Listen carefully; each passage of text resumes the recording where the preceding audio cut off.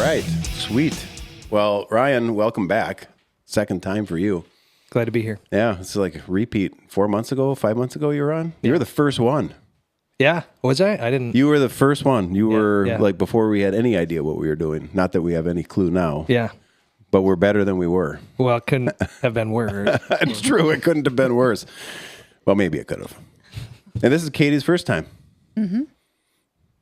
It's fantastic. Welcome, Katie. Are you nervous? A little. You're This fine. is more official than the last couple that we've done of these. Oh, yeah. It's fine. Just roll with it. So, well, you know what? I'll make you comfortable right away because we have to talk about some controversy that came out of the board meeting. So Ryan explained that he doesn't think that you guys can ride the tandem for Crusher. This is true. Is this true? The Yeah. tandem's not coming to Crusher? I don't think so. With 30, He was very worked up about that. with 30 miles of single track to start. Worked out. I'm embellishing the story a little bit.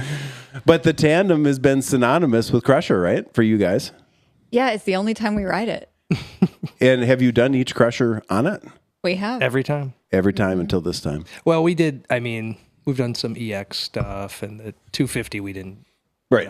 Well, I didn't do that one. Right. But every official Crusher we've done together on the tandem. Every year. We haven't missed a year. No. I mean, COVID excluding, Right. of course. But yeah, Yeah. every year there was a COVID. Every year there was a Crusher to ride. We did it on the tandem. So this is a So what are you going to ride? You mean what race or what bike? Bike and race. Well, I'm going to ride my full suspension. It's a good choice. Yeah, because, I mean, the point trail, it's too technical for the tandem. Yeah. And we already broke the frame once a couple of years ago.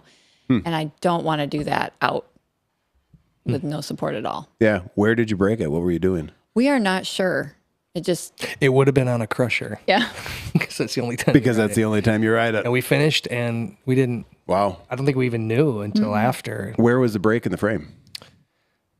Right in the down tube of the front Really? triangle, I think. Yeah. Lucky. Yeah. I know. Wow. Yeah. Very lucky. What was the last Crusher you did on it before you found the crack? Do you remember? Oh, I don't remember. It's been a while. I think it would have been the out of the west end. Sorry, the west end out of out by Koski Corners, I think. Okay. When we did the EX out there. Okay. I think that last chunky section where we crushed Bartle's phone Oh, might have been it. yeah. That hill, that downhill. Yeah. Yeah. Yeah, Who that might have knows? done it. Who knows? Or, however many times through the gulch. It's been through there a lot. Oh, that's funny. So how are you feeling coming into Crusher? I was feeling okay until I heard it was 128 miles. And so I will be honest here, I'm having some doubts. Really? Ooh, the Due plot to thickens. we've trained for about 110 on a tandem. Okay. And this will, On gravel. on gravel. Yeah. Uh-huh. And this will be 128 with me on my own bike. So are you riding together? Mm-hmm. And then the Bartles riding with you? Mm-hmm. So it's a crew, 4? Mm-hmm. No solos or anybody else, just 4 of you? So far. Yeah. There'll be other people, obviously. Yeah, you'll you'll racing. run into people. Yeah. Well, when you get past the front end, so that first 30 miles is where the majority of the single track is. Mm-hmm. You won't see single track again until you get to the end. Like the last 2 miles is down flow or overflow. Flow. Yeah, I hope flow. it's flow. Still flow. Yeah, yeah. I always get that one wrong. Yeah, but that's downhill. That'll be fine. That's fine. But that would be even that, as smooth and flowy as it is on a big, huge, fat tandem, it's a tough. Yeah, It doesn't do switchbacks, tight switchbacks well. Cornering berms. Cornering is really, Yeah. we would be going slow. be hairy. And, we could do it, but it just brings your pace way down. Yeah, I have complete confidence in both of you. Well, thank you. No doubt in my mind. You got 29 hours. Like you can take your time. Also concerning that there were a few hours added. That was the most concerning bit. And she heard about all the details, and then she said, "Wait, Wait, they added how much time? He expects That's us funny. to. That He is thinks funny. it's going to take us 30 hours. That says something. Oh, and there I thought it was a positive thing. Oh, God. It'll be so good out there. The weather, we've been kind of looking at it, and of course it can change in a heartbeat. Yeah. But the weather that seems to be setting up, or at least that trend that seems to be setting up, looks like it's kind of lower 60, mid 60s-ish. Nice temps, not a bunch of rain in the forecast. God, if you guys could get that, that is Well, the huge. course, I mean, I have no idea what it is. Honestly, I just have been hearing rumors, but obviously that point trail is awesome. Yeah. And yeah, it's all just great. It's beautiful out there. I'm excited to ride it either way. Brenton and Caitlin, after they were here for their podcast, they went to the harbor and they ended up doing recon for us. So we had them ride a couple sections because I wanted to verify what was going on in a couple sections of logging activity, if any had popped up or not. And then they also went out and they rode the point trail. So some of that stuff that you'll see in the front end. And their messages back to me after they had headed back home was, thank you for bringing the crusher to the Keweenaw. This is incredible up here. So I think you're going to have an incredible 29-hour experience. Well, it's not like we're hoping for 28, 28 or less. It's not like you put us on garbage trails any other event, so we would expect nothing less. Yeah, I'm excited for everybody that gets to do it. It's going to be so good. Yeah. And then I'll throw out a teaser for anybody that gets to listen to this today. We are tonight releasing the Race Week blog and all of the routes and the field manual for the mass start. So anybody who queues this up later and gets on it, they'll know, because we're not telling anybody. We have not publicly said, hey, it's coming out tonight, but at 9:06 p.m., all of your Race Week information will be delivered. And we're doing that because typically we do it on Monday. But I'm acknowledging the fact that Copper Harbor is an abyss of communication. Once you drive past that cutoff to go to Lac La Belle, into the last 11 miles, you're leaving cell phone service. Yeah. I don't think they're going to have Wi-Fi available to them. They're going to have nothing. So I think it's a good idea to give everybody some extra time this weekend, Right. to fully grasp what they've gotten themselves into. There you go. Yeah. I'll have to stay up late to wait for it. You won't be able to stay up that late. Yeah. Yeah. I'll get it tomorrow. Can you imagine being one of the point-to-point riders? No. I mean, they're starting in like 4 sleeps now, as Christy McBride would say. Yeah. She posted yesterday 5 sleeps, but now it's 4. Yeah. I can't. How many 40-ish? Well, there's 51 signed up, but I think in the board meeting we were talking about it, and I said I expect less than 40 to show up for it, just based on some of the messages I've had from people saying, "Hey, I'm out." Yeah. Less than 40. But what an opportunity! I mean, I look at that route and I think, God damn, huh? Gives me chills. I know, doesn't it? I would be out there so bad. I can't even. They really don't. I'd say the most of them probably, if they haven't done a ride like this, they have no idea the opportunity that's in front of them. How incredible it is. Well, that's how I felt when I did my long one. Just amazing. The 225 you're Yeah, I'm talking talking about? about. I've talked about going back and doing it as a. Yeah, like a bike pack. Yep. Break it into 3 days. Yep. Long weekend. That'd be great. But 5 days. yeah, 500 is. 5 days. What are you thinking for the completion times for that? Any guesses? I don't know. I think, didn't you say you think leaders are going to average 13, 14 miles an hour? Just in the first, just up to Lacan and Land. Yeah. I don't put much time into thinking about what they're going to do. I like to just watch what they do. Yeah. What's the cutoff though? Sunday morning at 10:30 a.m. with everybody else. Yeah.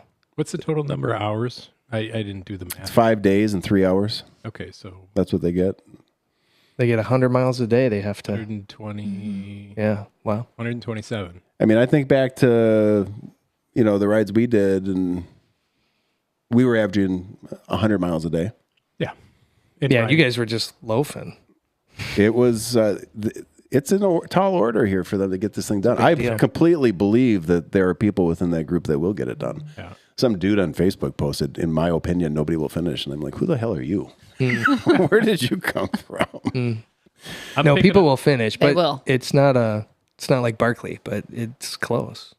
Yeah, it's I think the first person that crosses the line, it's going to be right around 100 hours. 100 hours.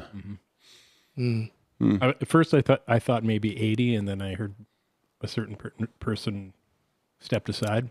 I think it's going to be 90 to 100. Yeah. No, I don't know. I mean, it's absolutely people will do it. I mean, yeah. Yeah, the road it's awesome. This one will be back next year, so you can sign up next year. Okay. Good to know. I've already got questions on it. My intention would be, now that this is finally getting put out, because we've worked on this route for 3 years. That's a lot of time to put into something. This one will bring back. Yeah. I think that it could definitely become a route that the UP can be known for. You know, when we came out of Adventurous, the hope was for that to become a route, but that's so big, 1,700 miles. Land access issues constantly changing. The route we've got laid out now for the 500 is a lot of national forest, a lot of trail systems, a lot of state property. This is, I think, manageable to where it can remain open and attainable. Cool. That's really neat. Yeah. So that might be the next phase of it. You know, also maybe offered at some point as like a bike pack. Yeah. Be awesome. Very fun. What other stuff you guys doing this year as far as events besides Crusher? We got Mini Margie for Sonia and I. Ooh.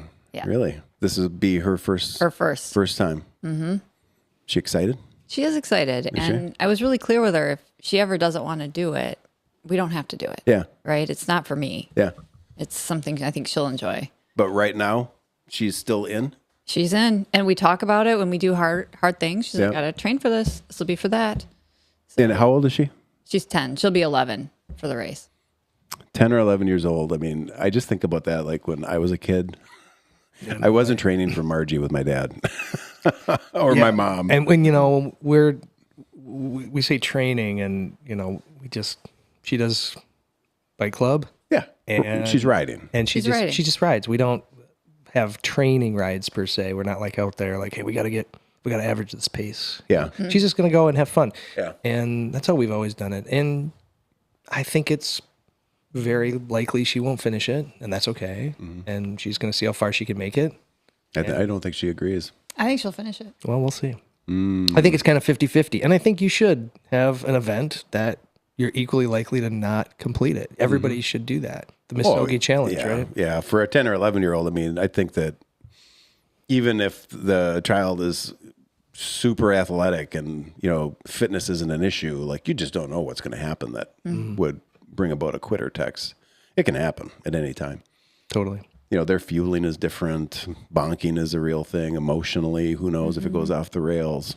And that also goes for adults. That isn't does, just yeah. kids. I was going to say, it sounds like me. I've had that happen. Had all that happen. But did I know that they were doing Mini Margie? I don't think I did. That's awesome. Yeah. That's fantastic. Yeah. What are you doing? Do the 100. You're going to do the 100 again? Yeah. I got to get Joel across. Dank? Mm-hmm. He's due. Has he finished the 100 before? He's done the 50. Many times. Many, every time. Yeah. So the 100, this is the year. He's due. Yeah. He's going to make it happen. Is he riding? Oh, yeah. He's strong. He's always stronger than me. For sure. He'll make it happen. He's done a bunch of Crusher EX stuff. I can't recall him ever doing the mass start, has he? I don't think that you can think of? No, he does all the events. He does a lot of the EX. He does the polar roll. He's on the Margie every year, and now I think his kids are older, and he's kind of free to do his own stuff. What's Addie up to? Is she playing hockey? She's doing a lot of hockey. Yeah. Travel? Yeah. Last time I heard, she's like in Grand Rapids. Yeah, she's all over the place. Yeah. And their son is in college now? Yeah. It's good stuff. Yeah. No, That'll be a good adventure for the two of you. Yeah. Well, we've done a lot of those things together, and we haven't in a while, so it'll be good to get back together. How did he become the person that you did stuff like this with? That's a great question. Well, Joel and I were riding way back when I was a resident.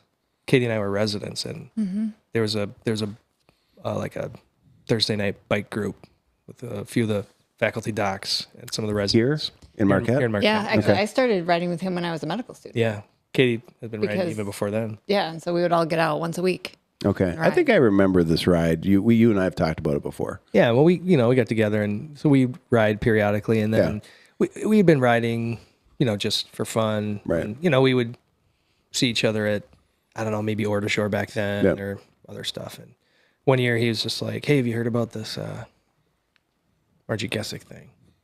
That was before we had moved back here, and I missed the first year because I didn't know. I never heard about it. So the second year, he's like, "Hey, we should do it. We should do something." He always says it like, he's like, "You want to do something stupid?" That sounds like him. I'm like, "Okay, I guess." And then, so then we did that year, and then the next year he's like, "Okay, well, we got that. Now we should do the 100 because we started with the 50." And I don't know if it was the very next year or the next year. We probably did 250s before we moved on to the 100 or something. I don't remember what it was, but he's like, "Well, I got an idea. Let's do something else stupid. Let's do we did Lutzen." He said, "Let's go do The 99er. go do the 99er. It'll be a trainer for the Margie." Yeah. And I'm like, "Okay, that sounds really dumb." And it was brutal. It was brutal. And so we did that to train, and then so then from there we've been doing that. And So it just works for the two of you to ride together. Similar styles? to be honest, not really. I don't know how. I think I help pace him a little bit. I don't know. Isn't that the truth of a lot of good relationships, though? Yeah, I don't know. It doesn't always. We don't. It doesn't always mesh work perfectly, and I don't know. Yeah, even on Lutzen, like I think we're on like mile 30, and it was hot.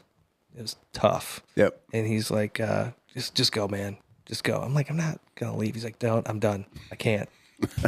I'm like, I can picture him telling you Yeah. to go. I can literally This picture it. is a great story, actually. He's but he runs hot. He's just one of these guys that if it's a warm day, he struggles. Yep. For sure. Yep. And it was one of those really hot days, and we're just kind of going. He's like, and it's mile 30, right, of 100. And Yeah. I'm like, "Come on, you got this." And I'm doing the cheerleading and all that. And he's like, Sure. "Nah, man, just go. I gotta hang out for a while."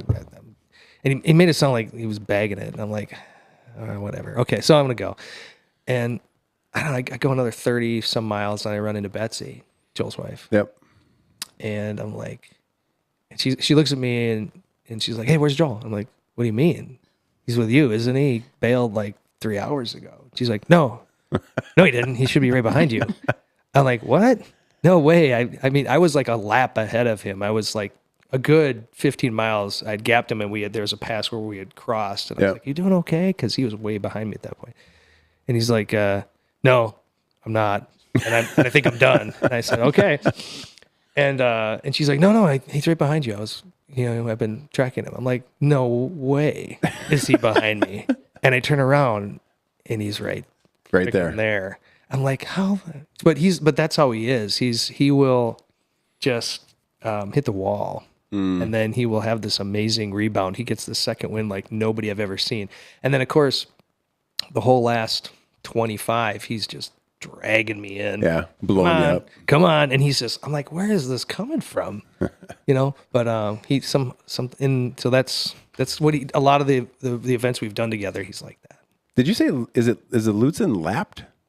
Well, there's a section where, that year we did it, there was two.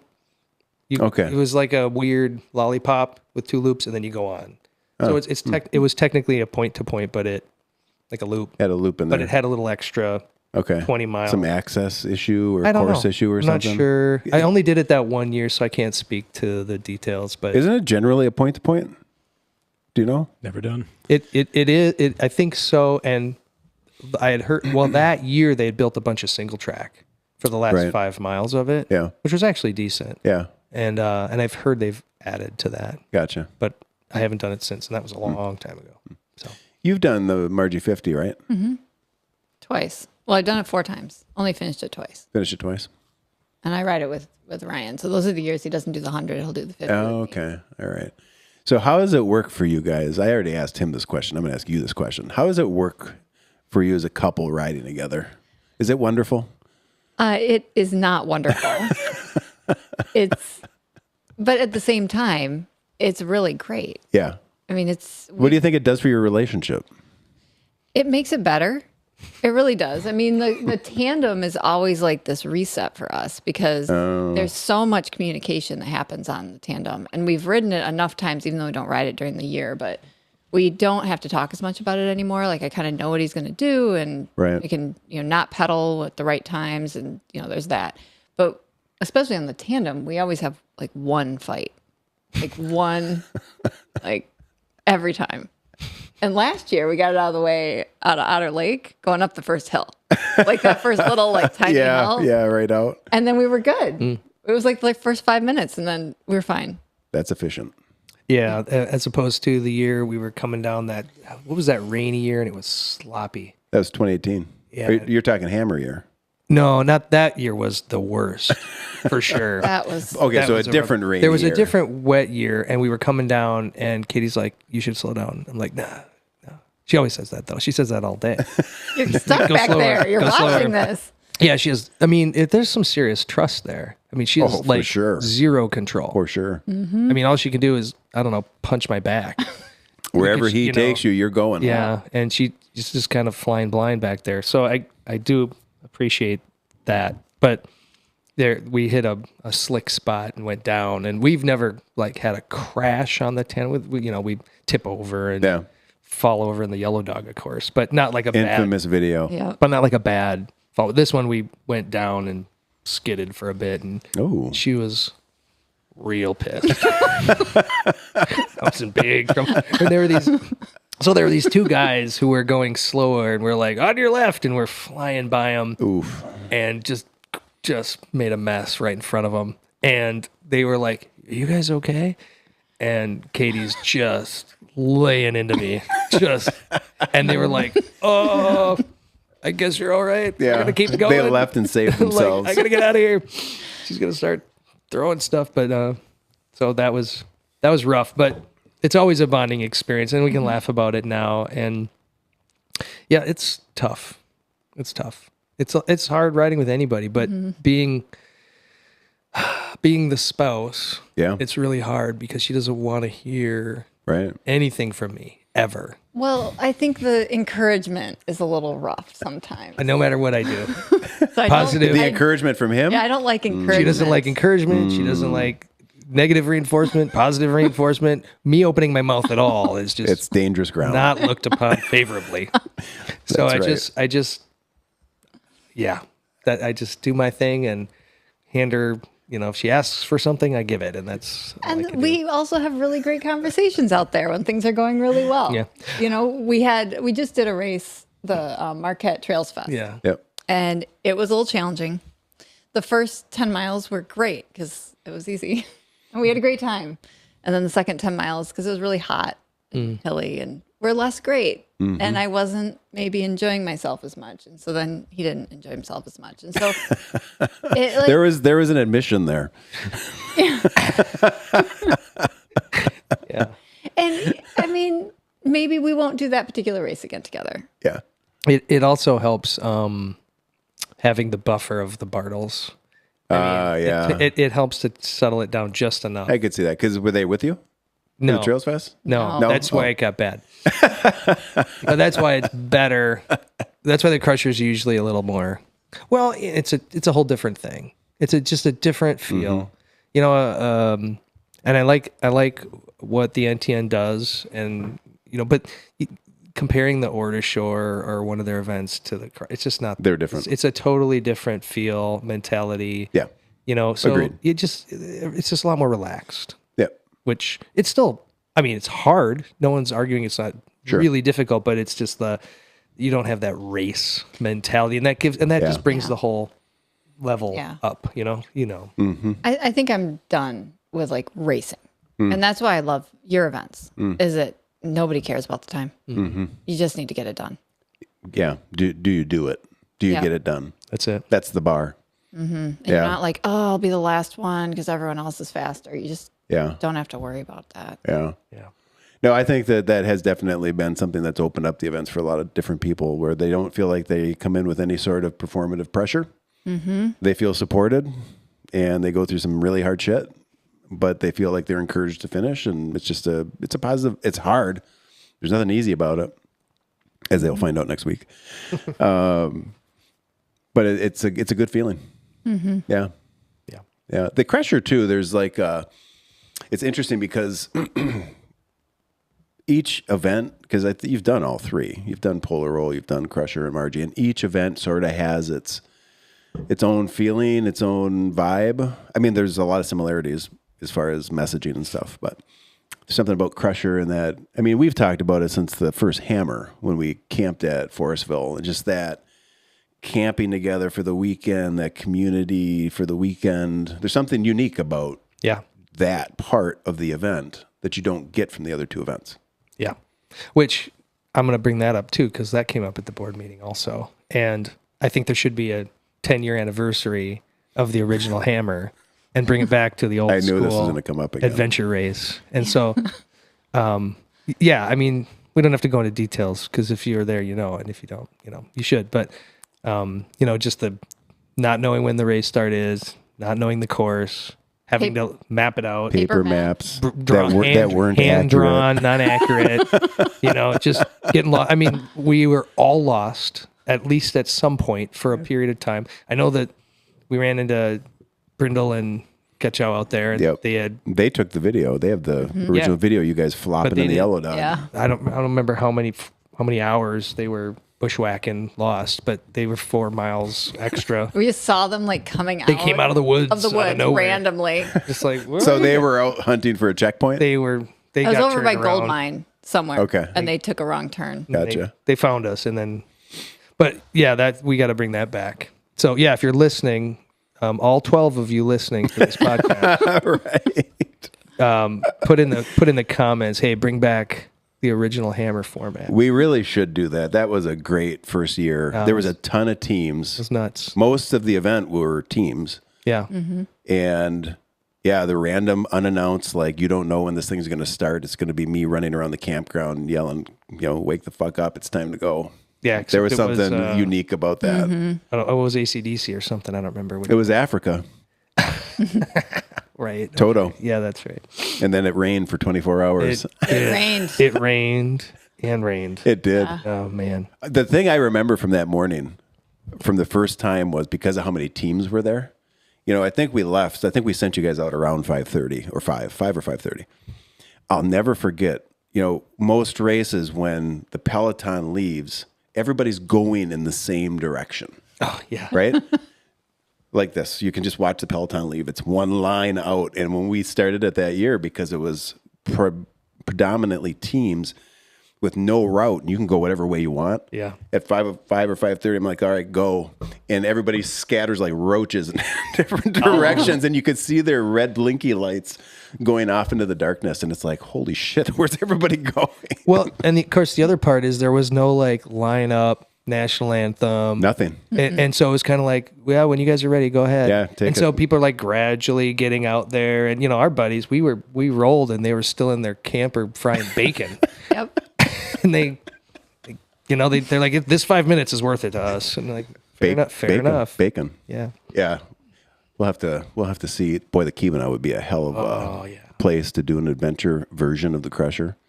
Yeah. That's it. Yeah. You know, I also loved like coming upon other teams Yeah. throughout the whole thing. They'd that was come in the fun. other direction, and you know, we knew a lot of these people, and we're all just working on it. Yeah, and you'd be I like, "Hey, love where that. did you find this one? And what did you do to get here?" And they were like, "Oh yeah, so you're the Chunky Summit. You're gonna think it's right, but stay left or whatever." And yeah, no, that was an adventure in itself too, and just that camaraderie that you build Yeah.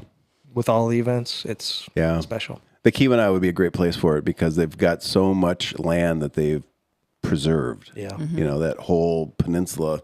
Anything to keep us off the gorge, I'm all for it. The gulch, I should say, the gulch. Yeah. I'm done with the Gulch. I miss the Gulch. I miss that. The pictures of people pushing their bikes up the boulders. That was a great place. Sure. It was great. I mean, you got to credit Mike Beck and Beardsley, Matt. You know, they really originally were the first ones to put Mosquito Gulch on the map with the Huron Mountain Crusher in 2014. Yeah. When it was like a 55-mile route that year, I think. Yeah, it's funny how that event, transitioned over time, and eventually Mike moved on. He moved somewhere, I think, for work, and Matt kept running it, and he kept kind of tweaking the format, and then I did it a couple of years in a row when he started doing the longer stuff. Mm-hmm. And after doing the long one 2 years in a row, I'm like, this is fucking awesome. Why are only 12 people doing it? Right. People need this. They need to go get lost for a day. Yeah. And so then we got, at the end of 17, that's when I talked to him about it. And I'm like, we got to make this a bigger deal. And he's like, all right.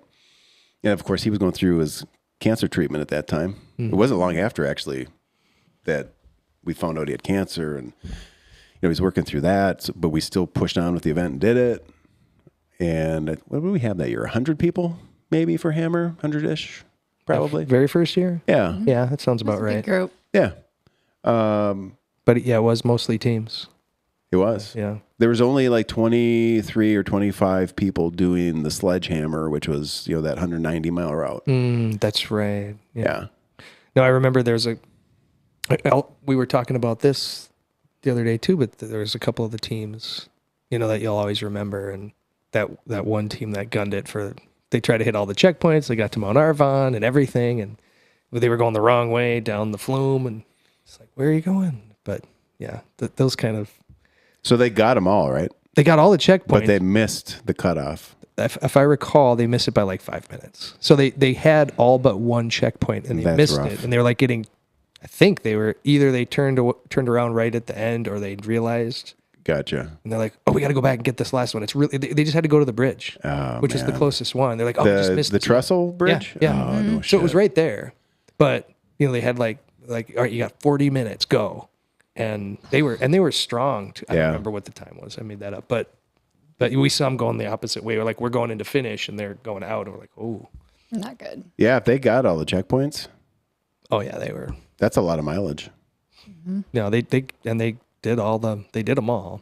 Yeah, because I think we calculated that year, if you got all the checkpoints, it was like 100 to 120 miles or something that you had to cover if you did it optimally. Yeah. Mm-hmm. Wow.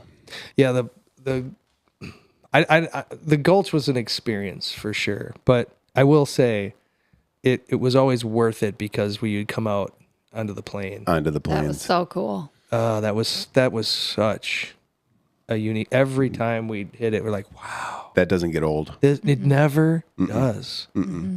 Just that old tree out there. Yep. It's a special. It's something. That's. The spirituality there it's something. Yeah, there's something there. Oh yeah. There's no doubt. The most memorable time, I don't know how many times I've went through the Gulch. Now, I haven't been through there in a while, but I've been through there a lot. And the one time I'll never forget is I was doing the 225 in 2020, and I had to go through there. It's like midnight-ish, 1 o'clock on the way back. And it had rained like a son of a gun and stormed, and it was just, everything was drenched. There was water running everywhere. But there was this ominous haze. It was thick. Like it was fog, it was water, it was like rain just suspended in the air. And as I crossed the Yellow Dog, I had a light on, a heavy duty light, and that everything in the air was killing the light. You could not see. It actually made it was glaring in front of my face. So I had to get rid of that. And all I could use was a hiking headlamp, like a Petzl lamp. And I essentially had to walk the entire Gulch end to end. You could never see more than this in front of you. Wow. I'll never forget that. And then of course you hear shit going on in the woods and you're like, okay, that's cool. I'm not alone.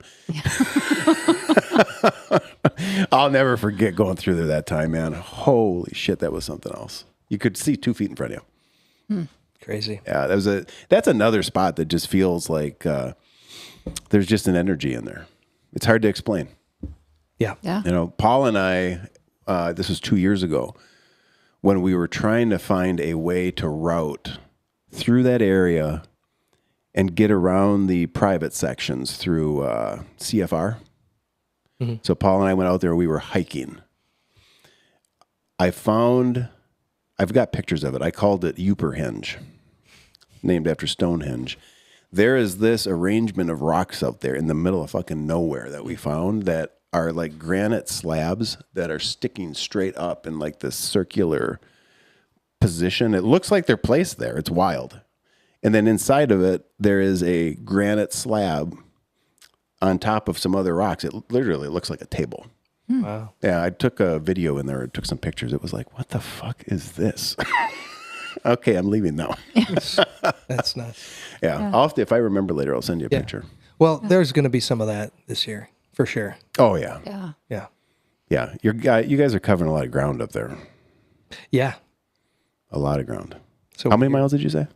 It's 128. You should know that. I thought it was 100. I'm shocked.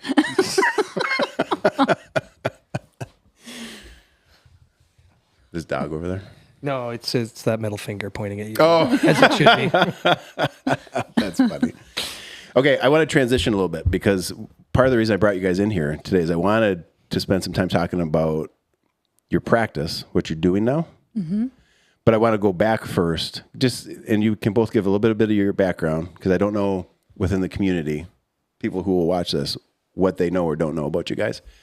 But I love what you did because it was similar, I feel, to what I ended up doing. You know, I was working in the corporate world and you're doing the corporate thing. And eventually, and this is not for everybody, and for those who stay in the corporate world forever, that is totally cool.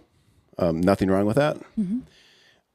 But, you know, I have shared before, I eventually left that because it just didn't resonate with me. Ended up here doing this. I know that you guys, you had to take some significant risk because you started your own business. But I'm going to let you talk about it because I still don't fully understand what you do. And I bet if, you know, there's probably a lot of people that don't even know about what you do. Oh, most don't. Yeah. So why don't you introduce it? Give a little bit of your background, what you did, and then we can bring it into what you're doing now and why. Okay. Well, let's see. We both went through residency here, which is where we met, and we knew we wanted to do like all sorts of family medicine, you know, inpatient, outpatient, and delivering babies and all that. So when we took our first jobs in Wisconsin, we got to experience private practice, which is where you're not owned by the hospital. Okay. You know, and we actually saw a model there that was struggling. A model of Private ownership. Okay, private ownership. A lot of Gotcha. payroll to meet, not enough patients coming in. So we saw that, and we ended up leaving that job after 2 years to come back here. But I was really nervous about the idea of owning my practice after seeing that. How long ago was that? We left in 2014. So we were there from 2012 to 2014. Okay. Great experience. I mean, we made lifelong friends. We go to Ashland all the time. Yep. It was amazing. The people we worked with were amazing. The doctors were amazing. But you got to see it's hard. It is really, really hard. Yep. Really hard. And so we took jobs with the residency under the umbrella of the LifePoint system. Yep. And it really was great for a long time. Loved teaching, loved learning in the hospital. I did a lot of inpatient work, a lot of hours. Ryan loved delivering babies. You know, we did it all. And then there was just this one point where we're looking at each other going, we can't keep doing this. Mm-hmm. And why not? The hours. We were working so much and the kids were little. I think this was in 2021. Well, to put it in perspective, this is early on in our careers back here, but for a couple of years, Katie was 7/12s, which were 14s. You know, when you're a doctor, you don't work 12 hours and punch a clock. You stay late, you do your paperwork. Sure. So 7/14s. And then she'd get a week off where she was completely just in recovery mode. Because it's not just 14-hour days are hard. They are, but they're emotionally, physically, mentally exhausting. Yeah. Because you're dealing with sick and dying patients every day. And it's Yeah. really And stressful. probably family. Oh, we had a newborn because Sonia was 8 weeks old when I started that job. And then, so we have a brand new baby at home and, you know, nobody's sleeping. So the time she does have, not at work, she's not sleeping. So she week on, week off, and then a week in the clinic. Mm-hmm. And every third week she's doing that rotation, which is crazy. And then during that time, I'm doing more of a typical 7 to 5, but I'm on call every other day. So it was And how often do you get called in if you're on call? Or how often does something come up, you got to respond to it? Well, I mean, there's many calls. The number of times I actually have to go into the hospital. I was doing OB calls, so it was just delivering babies. And it would be, gosh, back then, a good amount of the time. Not every night, but, 1 out of 3 nights I'd have to go in. Sure. Deliver a baby or round. on Triage some them. babies or triage a mom or whatever it might be. Fairly regular. But it's just more of you have to always be available. Yep. Yeah. And it was, a lot of Katie's. And that affects what you're able to do, right? Right. Where you're able to be. You can't make plans. No, you're not. Yeah, you're not doing any of that. So and then it's a lot of times it's even if I'm not going in, it's pager going off, pager going off, pager going off. Yep. I need this order, or I have this question, and all night long. Not frequently, but some nights are like that. And Katie's trying to sleep, and so it creates a lot of chaos that way. I mean, that's the life of a physician. That's just what you sign up for, and we knew that, and that's okay. Yeah. But after, and it wasn't always that bad. We hired more faculty. It definitely eased up the schedule, but we ended up doing other things. So more administrative stuff, more leadership type roles, and over the years, and it was a good experience. But we also looked at our kids getting older and recognizing we are missing big chunks of the formative years of their life, and saying, is this what we want our lives to look like going forward? And at least for me. Yeah, we just looked at it and we said, well, we can't keep doing this. We want to spend more time on the weekends with the kids. And we had a great nanny who basically raised the kids when they were little, and she was great, but we didn't want to do that forever either. Right. So work-life balance was a struggle. Yeah. Was not balanced. Well, it's not balanced. It's really hard for a 2-doctor home to find that.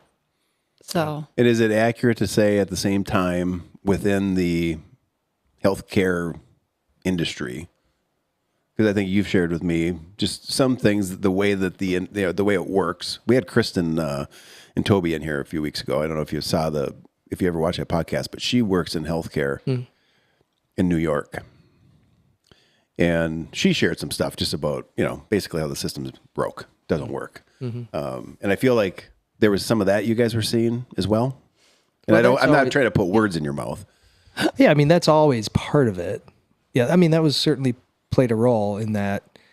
The work that we did was fulfilling in that the ability to educate upcoming doctors, like students and residents, and working with great people like the nurses on the floors and our colleagues in the trenches. I mean, that's great. Yeah. That part of it I miss for sure.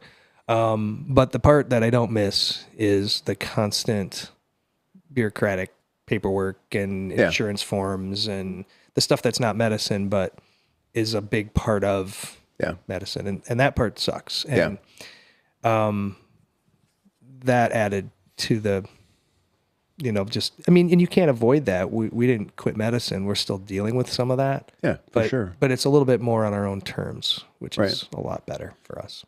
So when you started coming to this point where you were having the conversations and making the decision, this is not sustainable long term, how did you get to deciding that the path forward was the path you're currently on?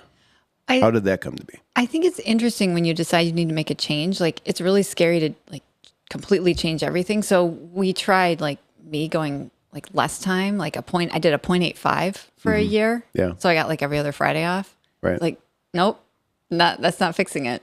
And then I went down to a 0.5 and he was still working like crazy. And I'm like, well, nope, that didn't do it either. And at the same time, we started talking with some of the other private practice physicians that we knew. Yeah. And we saw that they'd done it and they were making it work. And so we asked them, do you think we can make this work? And they all said yes. And so that's when we started looking at whether we could make that work. Did we have the financial cushion to be able to, take a time without income? And so we worked on that. We got all of our student loans paid off. So we worked on that. So we really planned this for a long time. And then we've heard about direct primary care, or Ryan did. and we researched it and said, "Oh, that's what we're going to do. Nobody else is really doing that up here. We're going to do that." So what is it? What is direct primary care? Because I don't think people are going to hear that and have any idea. Can you describe it, define it? So what it is basically a agreement between the patient and the physician that's where the agreement is in your care. You're not having the insurance company in the middle. You're not going to have administrative stuff in the middle. It's just right between the patient and their doctor. And to do that, you have to not accept insurance. And so direct primary care practices don't accept any insurance. And almost all of us work on a membership model where you pay every month and that covers your care at our clinic.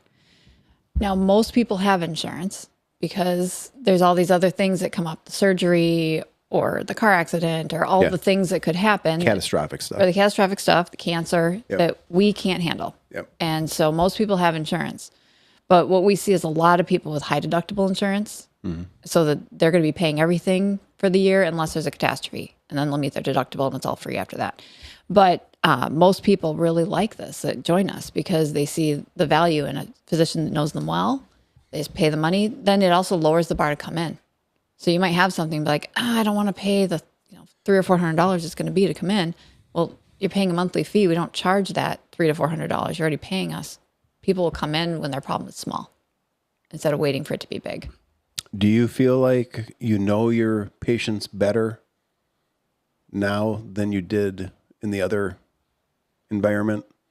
Oh, yeah. And why is that? Because, do you see them more? Is it you have more direct contact with them, or what's different? All the above. So first off, a traditional family doc is going to see somewhere between 2,000 to 3,000 patients. That's their panel size. In a year? Just total. That's just what they carry as a patient load. They probably see them all in a year, but they'll see some multiple times in a year. They'll see some maybe only once a year. But on average, it's about 2,000 to 3,000, which seems like a big number, and it is a crazy number. And we were in that ballpark when we were in the system. We weren't full time in the clinic, but we were equivalent for our, we saw less, but it was because we were faculty. But right now we have a couple hundred each. And so when you just have that many less patients on your panel, then you have less overwhelming scheduling issues to deal with. The people that DPC is not for everybody. I want to be very clear on that. And it can't be. Who is it not for? Well, DPC is not for, that's a great question. DPC is for the person that really wants to take advantage of their insurance. Like, no, I don't want to pay anything. I don't want to pay a dime. That's what I have insurance for. That's what I have insurance for. Why would I spend extra? Right? Yeah. What DPC is for the person who says either, A, I'm really frustrated with, how this insurance system works and I want to kind of work outside of that. But more so, DPC is for that patient that is frustrated with their inability to get access to their physician, or their inability to build a relationship with their physician, or they're wanting to have more time. So that's the main reason we know our patients better, is because they can get in when they want to get in, generally. There's not like a 5-month wait. Right. We don't do that. Or a 1-month wait. No waits. And so, when you're a member, it's same day or next day, and we're available by text. So people call and I answer the phone. It blows their mind a lot of times. They get you directly. Exactly. Unless they're calling unless they're calling right now. Right. Don't call right now. But no, I answer and they're like, wait, are you the doctor? I'm like, yeah. And they go, whoa. And it's just really not, and when we get calls from other offices, the people get so scared. They're like, I didn't know I was going to talk to the doctor, and they hang up. But also, in the old, statistically speaking, when you go to see your doc at a typical appointment, you're scheduled for a half hour. Say you go in, you register, you get some vitals, they bring you back. You're waiting intermittently that whole time. When the doctor comes in and sees you, and they're hammering away on the keyboard, which I know because it was me. Yeah. And they're hammering away and they're trying to get everything documented because they got to do all that so they can bill for the insurance company, et cetera, et cetera. 7 minutes is the average. So 7 minutes of time that you're sitting with a physician when that's your average time across the nation. And when we schedule patients, it's an hour. So we don't have this intake advice. Like the appointment's at 9, we see them at 9. And then we say bye at 10 o'clock. Do you have anybody working the front desk? It's just the two of you right now? So that's, do you want to take that? Yeah, that was a choice because overhead is everything in a small business. And so we have talked about this on and off for the last 3 years. Are we going to hire someone to help us out? And every time we come back to, well, it's working right now. And so we don't have anybody, and our patients understand that. Yeah. That if we had to hire someone, we might have to charge more. Yeah. Or we'd have to see more patients to cover the cost of having an employee. Yeah. And so there's always that balance. Is it worth it? Is it going to provide an added value for our patients to have a person? Mm-hmm. And maybe someday that answer will be yes. Yeah. So right now it's no. Nope. Yeah. And so that means that we answer the phones, we handle the fax bin, we do the ordering, we do the fax, we clean the bathrooms, we shovel, we have to do all the stuff. Mm-hmm. And I think the patients appreciate it to an extent. But when they understand why, they see me mopping the floor when they come in and they're like, "Don't you pay somebody for that?" I'm like, well, if you want your rates to go up, I could. Mm-hmm. But I think the way that we have it set up, people appreciate that. Yeah. And they can understand, we're just small business owners like anybody else. Mm-hmm. And I like knowing everything that goes into the business. Some of the administrative burden is certainly not maximizing my medical degree, but whatever. That's part of just getting your hands dirty, We make a lot of PDFs. So many PDFs. Why PDFs? Because medicine runs via fax machine. I don't know if you knew that, but nothing functions. Is that because of the privacy laws? Yeah. Yeah. So there is you can use the U.S. mail, which we do get a lot of records by mail, or you can use a fax machine. And so we get an insane number of faxes, and every fax has to be dealt with, maybe signed, and uploaded as a PDF into the chart, and then maybe faxed back. And it's a couple hours a day, every day, of managing our fax bin. And and at some point we're going to hire somebody, and they will help with that. And it could be automated in a better way, but for now we're getting by. How proficient are each of you with technology? That is the challenge, right? Our age 80%. I don't know. puts us. We are definitely missing some. What we need, and if anybody's listening that wants to help out, what we need is just a consultant to come in and go, "Why are you doing it like this? Just do this. I'll streamline it for you." But I can't pay somebody full time for that, right? That's like an hour work here or there. Right. Could you fluently learn and use Google? I mean, not just Google searching. I'm talking Google Drive. Do you guys use? We use Google, yeah. we have a HIPAA compliant thing for that. Yeah. Okay. The reason I'm asking this is just kind of to be funny. My wife is a medical professional, right? And what I feel like I've learned about medical professionals is that they're highly skilled, highly intelligent, years of education. They've spent a lot of money to be smart, but you hand them a laptop and it's like handing it to somebody that's never seen one before. They just struggle with tech. At least my wife does. No, it's call out to Stacy. Yeah. I'm better than Katie at it, and I probably am better than the majority of physicians, but the younger generation, I'm not. I mean, I feel very confident in what we're doing. There are certainly some things that we could streamline, no doubt about it. Sure. But for the most part, I think we got it mostly fixed. I don't know. The challenges to our lives are like the scanner. And we have how many entries into the scanner? Every time we screw up the scanner talking to the computer, we have to make a new entry. We must have 6 different computers tied to that scanner.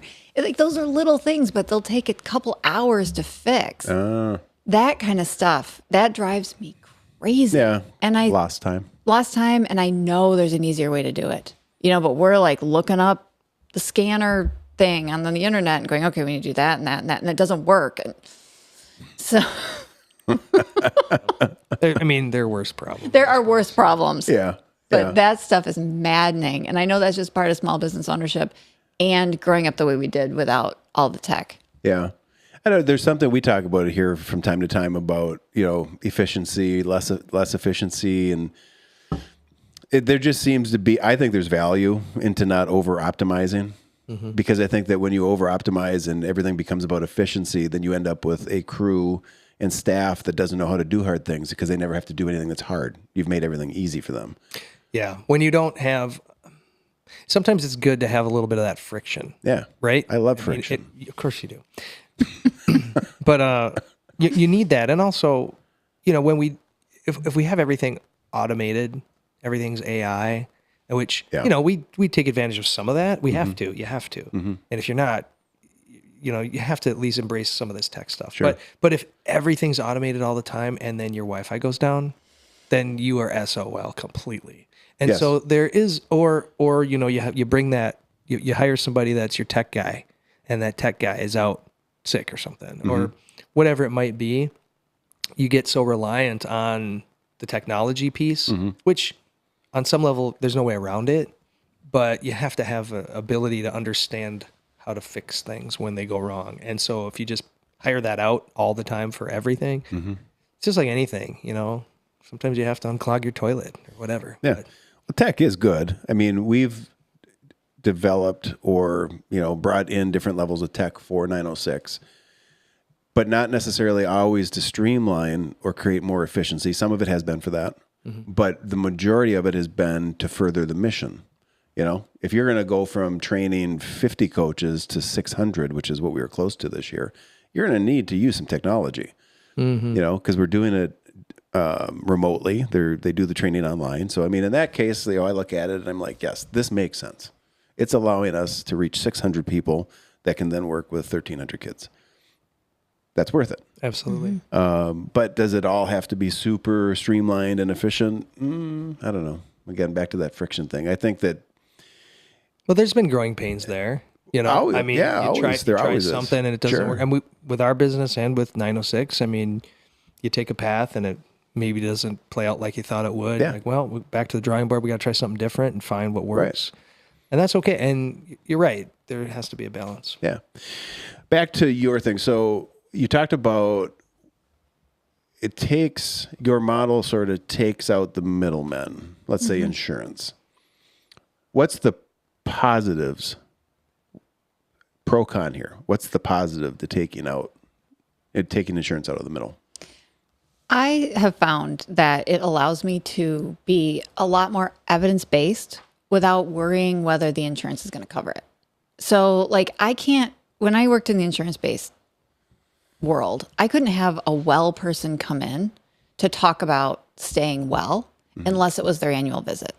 Okay. Because you could code that as an annual visit and you could talk about whatever you want, but Right. you have this whole laundry list of things you have to talk about. So by the time you're done, you've got maybe 2 minutes to talk about what they're eating and then you got to move on. Yeah. And if they came back to talk to me about what they were eating, the insurance isn't going to cover that. Right. Because you can't really code well person coming in to talk about staying well.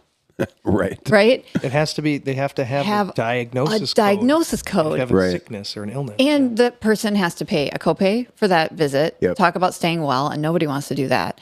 And sometimes if you don't code it appropriately, especially if it's a well thing, the insurance will just not cover it at all. They'll kick it back and say, you can't code it like that. You have to code something else. You got to come up with something. And so I don't think I ever had a visit with a well person wanting to be well outside of their well exam where we're trying to talk about all their things. Right. Yeah, So like you might say, how do we talk about preventing, your cardiovascular disease because it's in your family, right?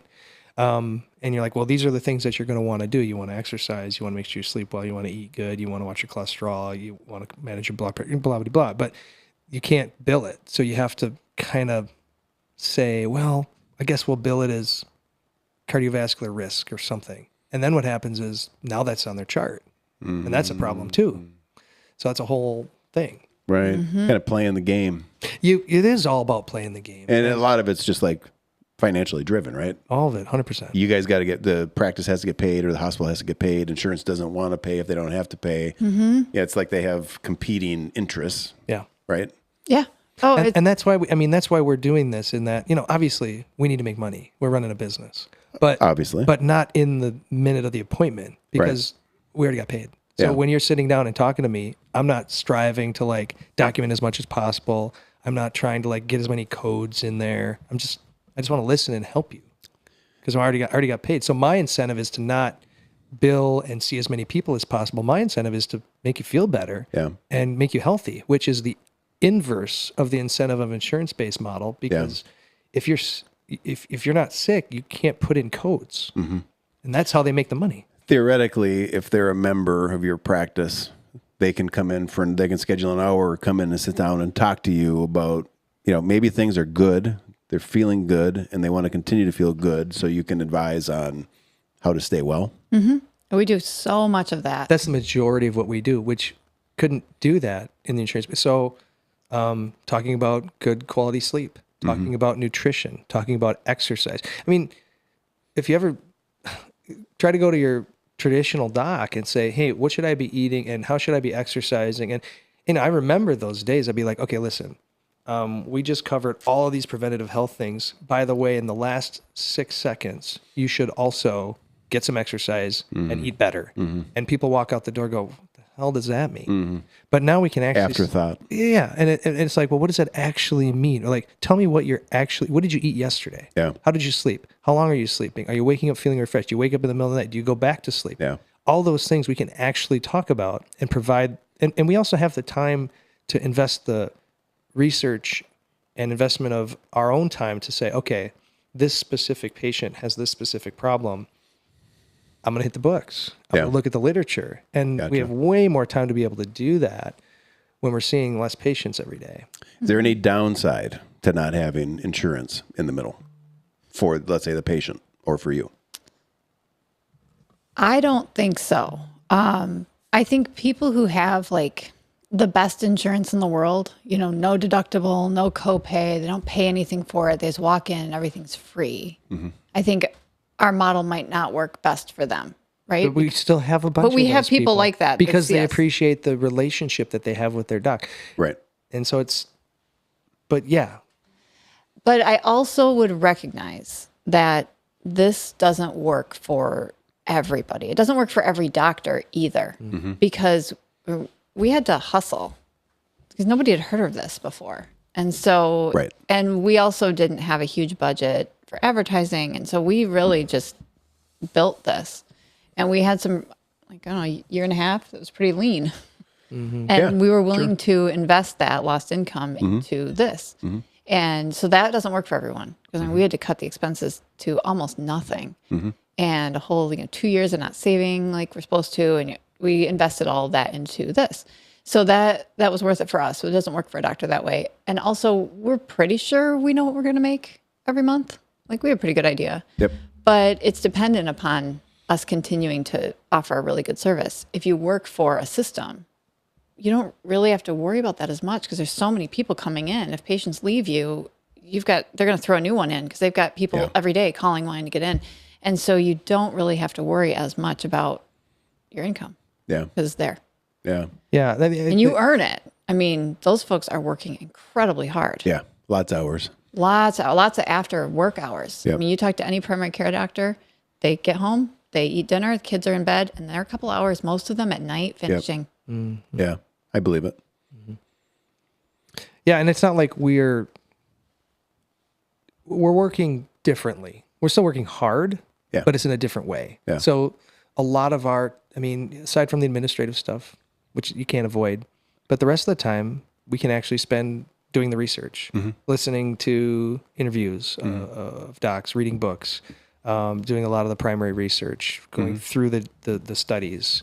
And that's important. I mean, if you want to get good quality care, if you want to give good quality care, you need to be able to do that kind of work. And so that's where our time is shifted. Instead of, kind of answering, the inbox over and over all day in the system, we can now spend it focusing on what medical issues we need to address with the patient in front of us. Yeah. If you're wired to put a lot of effort into whatever you do, and if you're willing to work a lot of time, I think the advantage, I would think that you'd agree with this, because this is how I feel for me personally. When I was with, working broadline food distribution, somebody was telling me where I was going to spend my time and what I was going to do with it. And because I wanted to be good at it, I was going to put a lot of time into being good at it, right? But I didn't have control over what I did. Yeah. And most of what I did took me away from home, which took me away from the family. Now, because I'm just naturally wired to put a lot of time into whatever I do, I still work a lot, but I have more control over when I work and what I do and don't give time to. And Would you agree that's and the then what big you're- shift? Yeah. what you're putting into it is totally different. I mean, we worked hard and we had expectations, and I don't know, we're good at what we do. Yeah. And we always have been. But there's just something different about when you own your own practice and you are the one that has to make it work, and you are the one that is on the line. It's just a totally different thing. And I think even my patients know that. And it's not just that. It's because I'm having more quality time at home. It's having more quality time with my patients. It's all of those things that makes me a better doctor. But my patients would say the same thing. The ones that have known me for a long time, they're like, oh, yeah, we're so glad that he made the shift because he's great. Mine that followed me have seen such a change In you? in me. Yeah, because it was frantic. Because I'm probably not the most efficient person in the world, and anyone who's worked with me professionally would totally know that. Because I'd hear something in a visit and be like, I need to investigate that right now. 15 minutes later, I'm still in there, and I should have been on the next patient. And so I would be like an hour behind. Like my reviews would be like 1 star. Dr. Brang was behind again, and I hated it. One star. Where are they rating you? Oh, that's a whole thing with doctors. Yeah. Oh my gosh. We're rated on the internet. Yeah. I think I looked at your reviews. Oof. Yeah. Well, I mean, it's true because So, but what is the site? Where are they rating you? There's like 5 or 6 of them That are dedicated to just rating I think doctors. there's Health Grades and Yelp and Google and this and that. And so some of Okay, them you okay. have some recourse. Like I got a review a while ago that was not about me. This was years ago. They Yeah. mentioned a hospital I'd never worked at. I think they just thought I was somebody else. It was a 1 star. And the first time I looked at my reviews, it took me like, I don't know, 10 years to actually go look at my reviews. 'Cause they're bad. They were not great. And so I got, Did you know that before you went to look at them? no. This is a thing. I mean, this is a thing with medicine. I mean, nobody uses them anyway. You don't go see a doctor. I mean, sometimes do now. sometimes you do, but not most communities. You're going to take what you can get because it's so hard to get in a primary care physician. I mean, if you wanted to see a rheumatologist at Marquette, you're going to take the only one that you could, if we even had one. So Yeah, you don't get to be picky. But Why it's would you still- look at the reviews then? There's one. You're going to go to that person. I think the reviews in medicine thing I think it's a fascinating topic because you get these reviews and you can't say anything. Yeah. Obviously. I mean, there's patient Right, privacy. right. And so you just have to take it. Yes. And you internalize it. And maybe some people don't, but I do. Yeah. And so you get something and you're like, oh my gosh, I don't know who this is. I don't know when this happened. There's nothing I can do about it now. Was it even me? And here it is. You Google me, it's there. And I've always disliked that. Yeah. But now what's happened is that a lot of the bigger systems, they solicit reviews right away. So that there's 1,000 reviews and it drowns out the lower ones because they have a gazillion. And so Right. they're gaming it. Yeah. And that's what you have to do now is that. And so now it means less because almost everybody has 5 stars. Yeah, I don't know, for those folks that are brand new to the community and they come in and they don't know anything about Marquette at all and Yeah. they Google, they find us because we're one of the few practices that are accepting patients. And they'll say, well, I looked you up on Google, but they don't ever say, well, it's because you had 5 stars, so I thought I'd come by. Yeah. It's more just, you just happen to have availability. Gotcha. So, but yeah, I think in other environments it's different. Yeah. Don't read the comments. Yeah, they're bad. Yeah, and I was joking about you. I mean, I think I saw a negative review one time, but I don't know. Negativity in social media to me is coward. It's just cowardice. I don't, and then for you, I didn't even think about that because with privacy laws, you're literally in an undefendable position. it's like the ultimate game of shit talking where you can just go say whatever you want about the person. They literally cannot defend themselves. Yeah. But yeah, there's no value in reading comments. I had to make that choice. Yeah. It's not going to change what I do. No. The people that see me, they're choosing to see me. Yeah. They know what they're getting. I'm very transparent. Yeah. Yep. And we practice in a manner that, if you don't like how we do medicine, you're certainly entitled to go elsewhere. Yeah. I mean, you're paying us upfront cash, which means you want to hear what we have to say. Yeah. And if you don't, you can cancel your membership anytime. Yes. But so we build our, patient panel based on word of mouth primarily. And so if people Makes like sense. what we're doing, they're going to tell other people. Yeah. And that's generally how medicine works in smaller communities. Yeah. Is, well, who do you see? Do you like them? That kind of stuff. It's rare that if someone's looking for a new doctor, they're not looking for like a used couch, like they're on Marketplace. It's just doesn't work quite that way. Mm-hmm. But it's still a nasty environment anyway. There's something that you guys said, though, that I think is really important and is worth restating.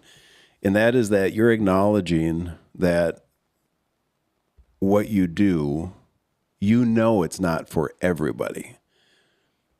Okay? Now, you typically, in most business schools, they're not going to teach you, I don't think, to say that. Right. Because as a business, you're supposed to convince the world that everybody needs your product. Mm-hmm. Right?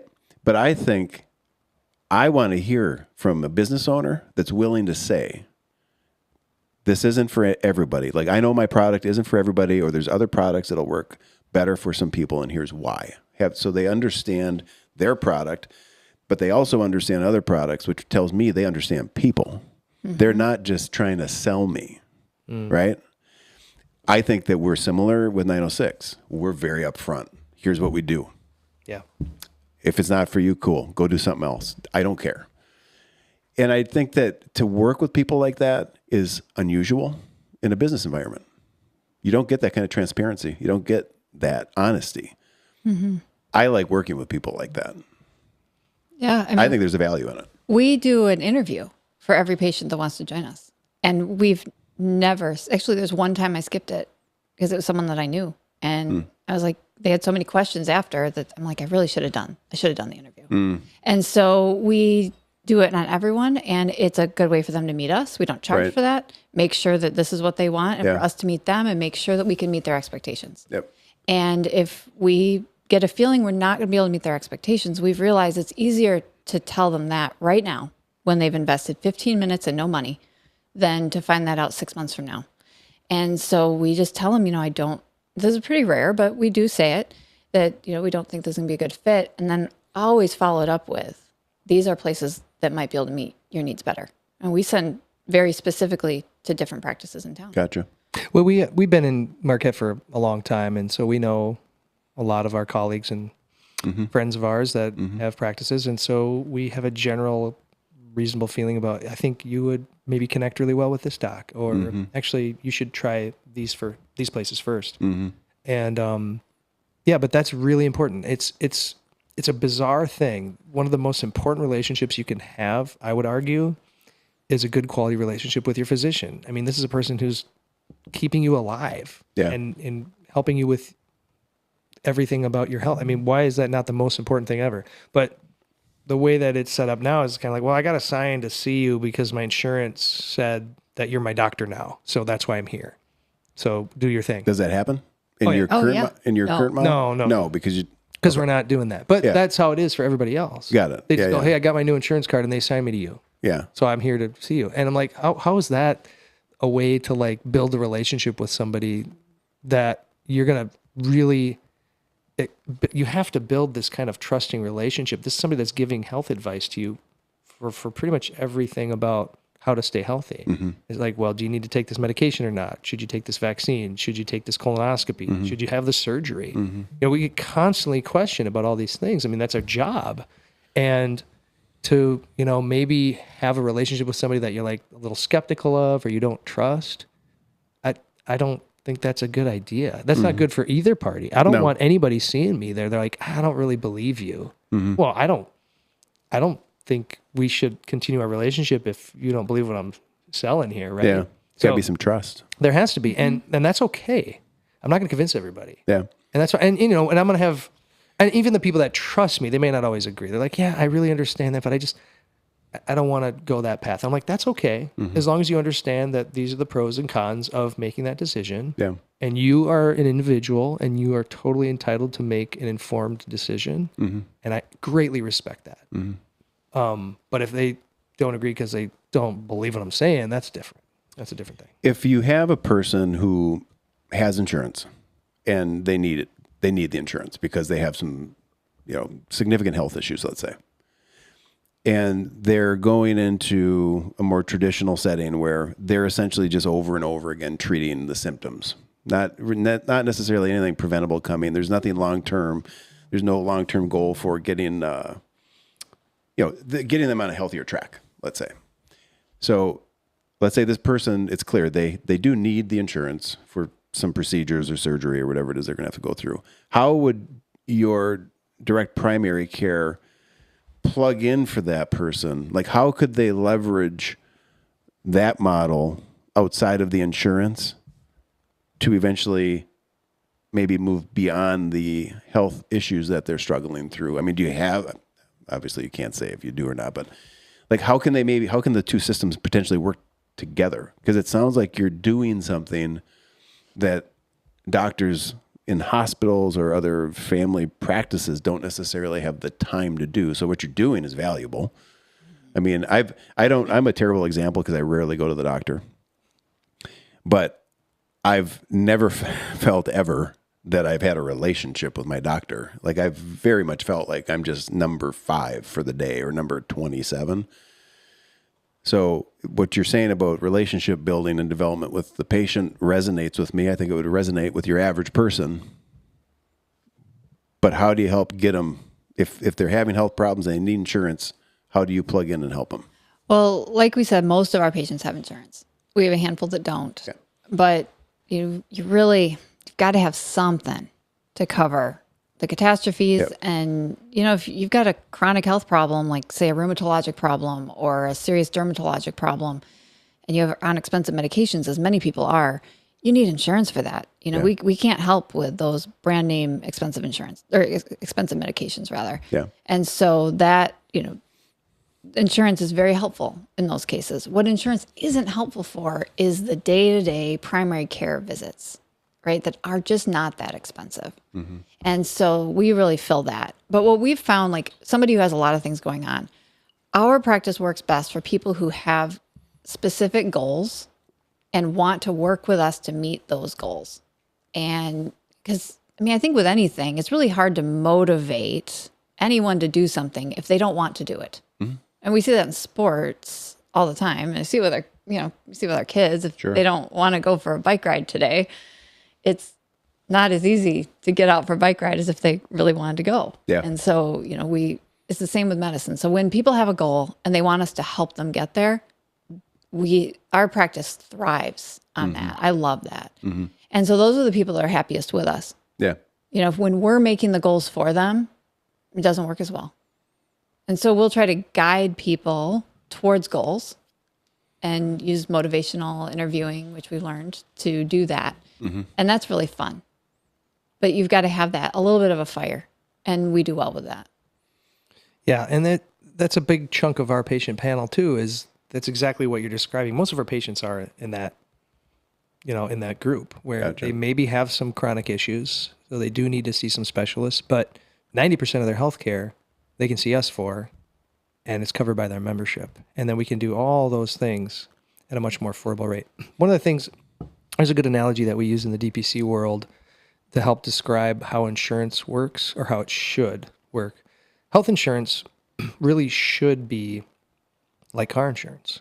You have it for emergencies, but you're not flapping out your United healthcare card every time you get gas, or every time you get new tires for your car. You're not going to use your car insurance for that. Or you get an oil change, you don't need that.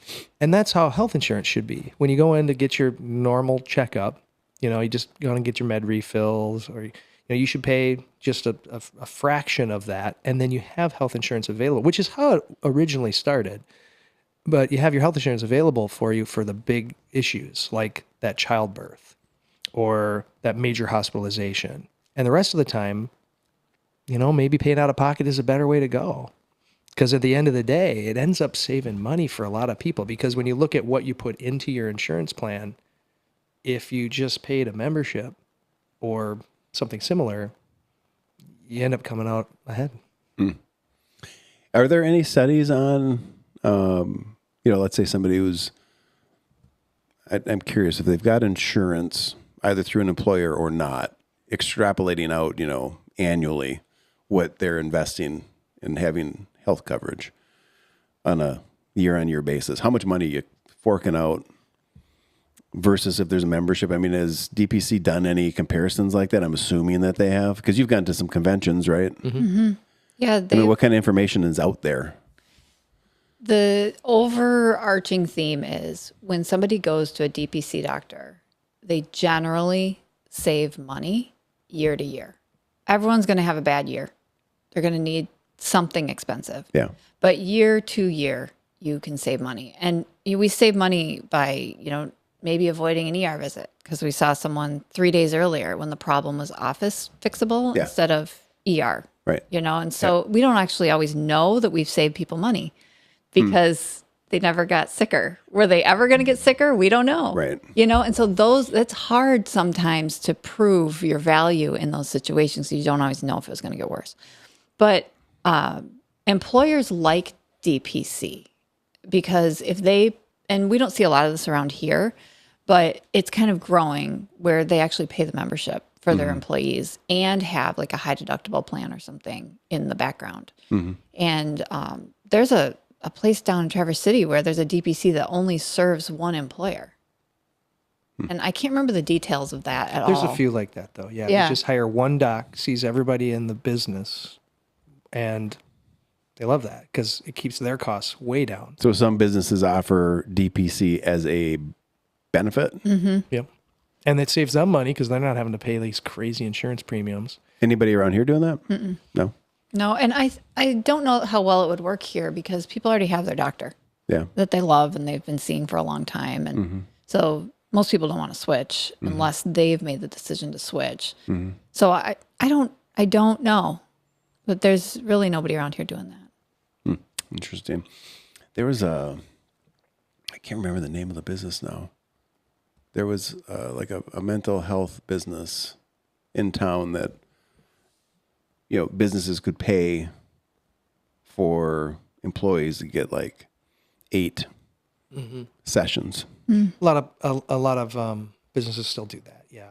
And so they're depending on how, if you have a, like an insurance plan in-house, then you can do whatever you want. But a lot of different companies will do that. They'll say like, well, you can do this many preventative visits, or you can have this many mental health counseling sessions, or, so you can build that into really anything. But yeah, it's a smart way to do it. What's your take, I guess, because obviously you live in this world.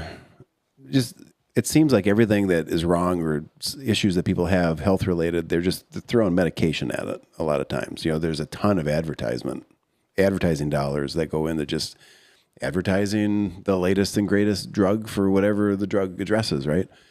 I mean, is it that much harder to be healthy today than it was?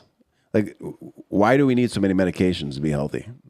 Or is that actually a oxymoron that there is no health if you're continuing to treat yourself with medication? And how do you get that message out? It's so complicated, Todd. It's just somebody's trying to figure out like what is the one thing. But I think one thing I've been hearing is like, we were so much healthier back like in the 50s and the 60s when we were eating more home cooked food and we were moving more and all that. But actually we weren't. Like everybody smoked. And so the life expectancy back then wasn't as high as it is now. And if you go back even further, life expectancy was quite terrible. It wasn't that long ago that people weren't really making it much past 50. Yeah. And lower than that, go farther back. Was that because of food? Oh, why everyone was dying young? Oh, yeah. The life expectancy. Why is it going up? Well, we've got a handle on infectious disease in ways that we didn't before antibiotics. Vaccines have made a huge difference in allowing children to make it past infancy. Clean water. Clean water has been a biggie because that used to kill off a lot of babies. That makes sense. So a lot of it was public health stuff that has helped. Our health span seems to be the problem now. What is that? What is health span? So the number of healthy years that you have. And so now that we get to live longer, because we can expect to live into, most people are going to make it to their late 70s. And, depending on where you live, you can expect to live longer than that. But that last 10 years, that's the challenge. How can you get people healthier up to 90? So they're doing more stuff. Because most people don't want to be at Norlight for the last 10 years of their lives or in and out of it. Most people don't want that. Yeah. So amen to that. Yeah. So that's a lot of what we talk about is how can you do stuff now so that you won't be debilitated in your last 10 years, whenever those last 10 years are, because we don't know when they're going to be. But the healthier and stronger you are now and continuing to do that, the more chance you have of being able to, see your grandkids and travel and do those things up into your 80s. And that's where that medication conundrum comes into play. In that we have, first off, I'll say that I spend about 90% of my day doing that kind of counseling that Katie did, which is like, not how do we keep you alive as long as possible? It's how do we keep you thriving? How do we keep you enjoying the quality of your life, not the quantity of your life? Yeah. But I will say, the reason why there's so many medications out there is because they make money, right? The drug manufacturers make meds because they get paid to do that. That's their job. Yeah. And they make a lot of money selling meds to patients. And so we live in this materialistic society where it's all about commercialism and selling a product. And so that's why we're advertising ridiculous meds all day long. I mean, watch daytime TV. Don't. But if you happen to have it on, it's nothing but medication ads all day. It's crazy. Yep. It is mind-blowing. And none of those things, so what those things, all these advances we've made have, like what Katie talked about, have made dramatic changes to health and lifespan up into a certain point. And then we kind of hit this plateau where now all we're doing is keeping people alive. Longer. And they're alive because they're on 26 medications in the hospital or in the nursing home, but they're not really enjoying it. And so we have all these medications that we can use treating symptoms, but, it's just, they're in the hospital and then they're back out like, well, let's tweak this one. And then they go back in the hospital and they're out, well, let's tweak this one. And in reality, if we took a fraction of that money that we've invested into all this garbage and put it into prevention instead, and actually took the time, which is what we're passionate about doing, to actually talk to people about, okay, let's talk about how to avoid it 10 years from now instead of waiting 10 years and then putting you on that pill. Let's say, okay, if you don't want to be a Norlight, or more importantly, how long do you want to spend time with your grandkids? How much do you want to be able to pick them up, or get in and out of a car, or get in and out of a chair comfortably, or be able to go for a walk with your friends? Is that important to you? And pretty much everybody's going to say, yeah, obviously I want to be able to do that. I'm like, well, you got to start working on it now. Because if you wait until you can't get in and out of the car, it's too late. And you miss that opportunity. And nobody's talking about that in the traditional medical space. Any idea since, let's say, the 70s, how much lifespan has changed? Average lifespan? I feel like I should know this number. Well, it has been gradually climbing. That was my expectation. Until just recently, and it's kind of leveled off. It went down for a bit, and then it kind of came back. So we're right about 80-ish. That's where it is now? 78, yeah. And where do you think it was in the 70s? Slightly less. Not a lot less? Not dramatic. We're talking like 75 and we've got to 80? Somebody's Googling this right now. Yeah, somebody can put it in the comments. But something like that. Yeah. There was a huge jump over the century mark or so. But okay. Yeah, don't you got to... Mark's going to grab that. Yeah. He's going to look that up. I'm curious. You had all those smokers. He's your genie, right? 1975, you had all those smokers. So Yeah. So there's been a lot of changes for the positive, but we've at a certain point we've now kind of hit that wall of all of these dramatic. So we've made these dramatic changes of like clean water, immunizations, healthy childbirth practices, et cetera, et cetera. That we can't forget that. Oh, and cancer treatment is so much better. And so a lot of these things, so much better than it used to be. they made big differences, but now we're like, well, we might be able to get a month here with this or a month here with that. Yeah. So it's not the treatments, medically speaking, are doing a little less than what we'd expect, and we probably need to change how we think about medicine. Instead of treat a problem, Yeah. we need to treat instead of a treatment, it should be a prevention. Right. But yeah, What'd you find? Well, it seems to me that culture has a big part of it. So it's different all over the world. True. For instance, Japan, Hong Kong, right around 85 years. The U.S. in 2023 was 77 years. yeah. So our numbers are for U.S. But you're absolutely right. I mean, you look at other countries are considerably less than that even. What was life expectancy in the U.S. in 1974? Boy, here we go. Look that up. What happened in 74? I have no idea. Mid 70s. Yeah. 1974. 71.9. So 6 years. That's a huge jump. Yeah. In 56 years. I don't know. I mean, if people are living like, we haven't talked about, let's say, Well, think of it this way. In 50 years, it increased by, we say 6? 6 years. 6 years. So 50 years more. I mean, is that 10%? I mean, think about that. That instead of you living to 80, now you're going to live to 86. If Yeah. it were to continue that way, which it doesn't look like it is, but Right. But when you touched on it earlier, is it good that you're living longer if you're not healthy? that's the thing. Yeah, that's it. Exactly. Is we're living Oh, longer. yeah. I'm thinking but of less healthy. obesity. Yeah. Well, there's a lot that goes into that. I mean, the obesity rates are staggering for sure. The epidemic that we're living through right now, it's causing a lot of issues. I'd be curious to look at if they graphed from 74 across time to now, average life expectancy, how it trended, and then how has obesity trended and stuff. Just Well, to look they at them do. together. They do, and you look at that, and that's the problem with a lot of these evidence-based information that you hear online. Is you say, well, there's some correlation here, right? Because look at everybody's living longer, but they're also getting fatter, so that must mean it's protective, right? But that's not. What do you that mean means. protective? So you can't say that two things happen cause each other, Right. right? So like. Oh, yeah. I wasn't People- saying that No, they no, were no, related. I know, but a lot Just of what people are they do. doing across 50 years? But a lot of people do. Yeah, it's the whole shark attack ice cream cone thing, What the hell is a shark attack ice cream cone Well, thing? so everybody. So if you graphed a year Okay. and you'd say, well, when do most people eat ice cream cones? Well, it's in July. There's a big peak in July.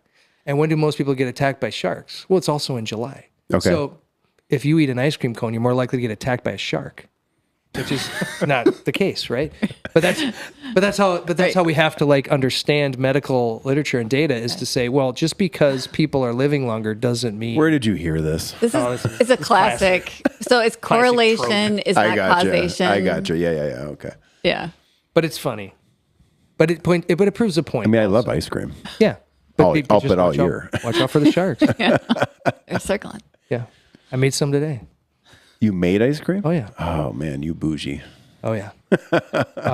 Fresh strawberries. Really? Fresh picked. Fresh Yeah? wild strawberries. What's the kid's favorite ice cream flavor that you make?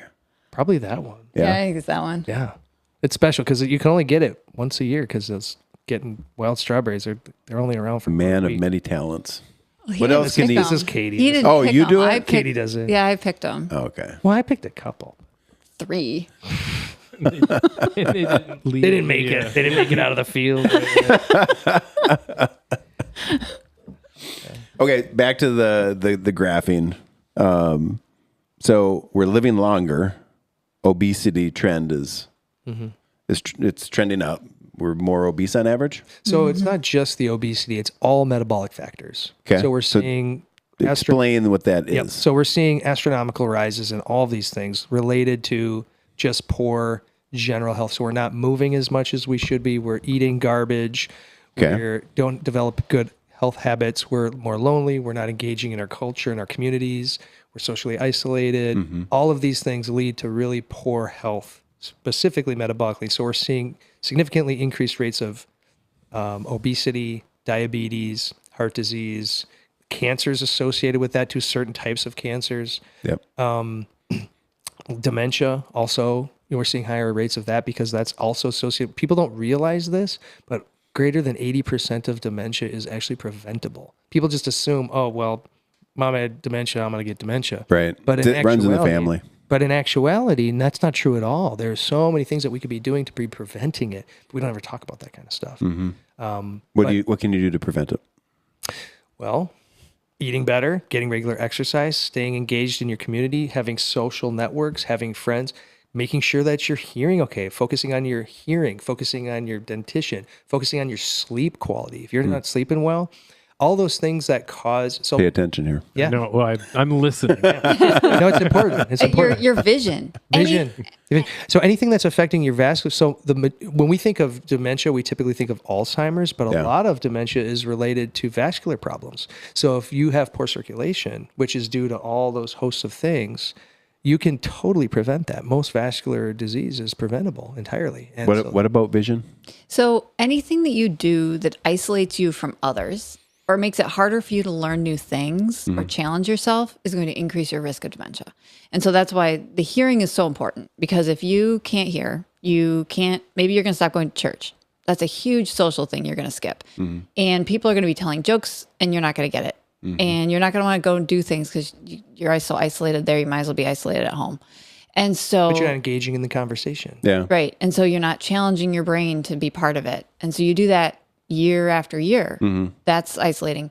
Your vision, if you can't see, you're not going to go out and do stuff. And I mean, we talk to people every year, make sure you're keeping up with make sure your glasses are good. You know, this is an investment worth making, because if you can't see well, you might not be comfortable going for a walk because your glasses aren't very good. Right. So you won't do it. You won't do it.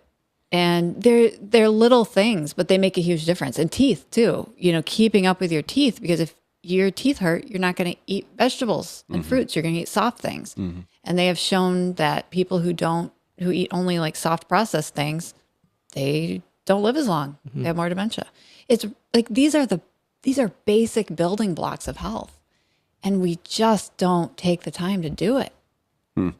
It sounds like if you would start sort of self-isolating because you can't see, so you stop moving, you're afraid to go out of the house, you can't hear, so you're retracting and isolating because it's uncomfortable because you don't know what they're saying and it's kind of embarrassing.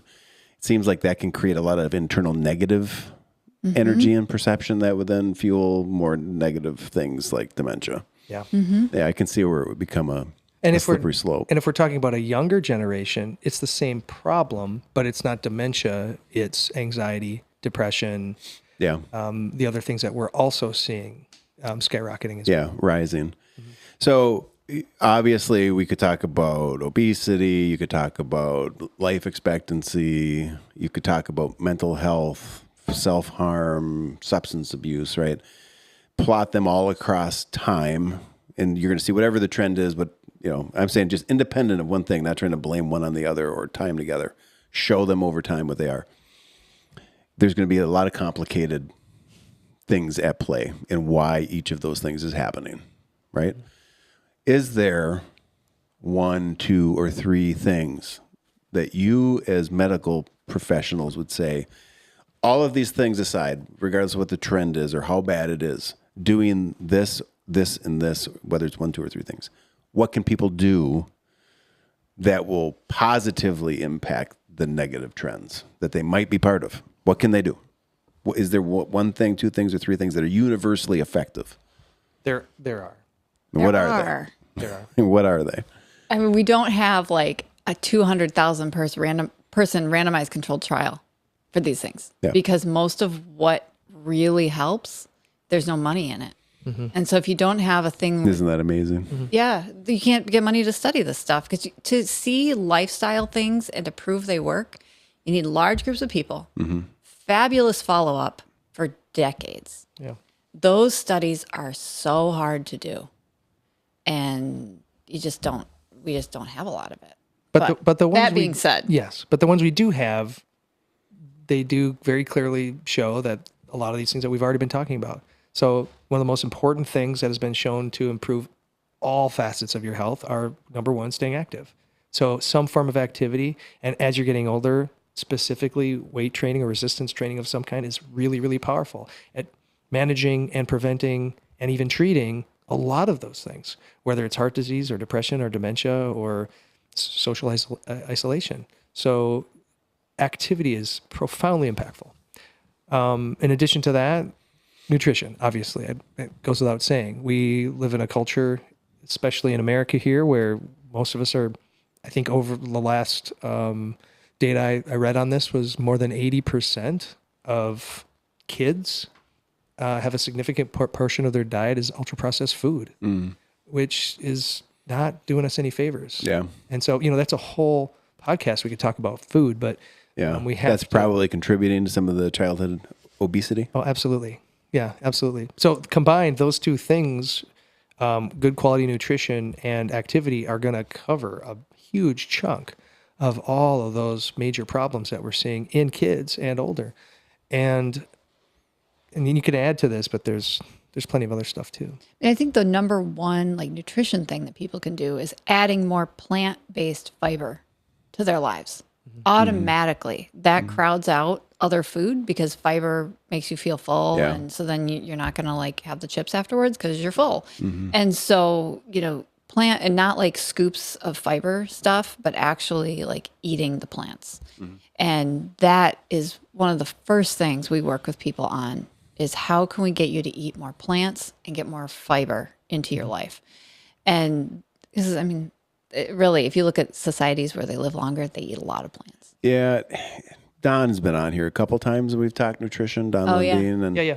the first time she was on, this isn't news to anybody, but the thing that's always bothered me about being able to, eat well, eat better, eat more plants, vegetables, is that it's cost prohibitive for a lot of families.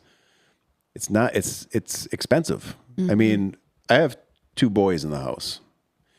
They can crush a thing of berries in about 27 seconds. Yep. And they are not satisfied whatsoever from a hunger standpoint. And they will just plow through it.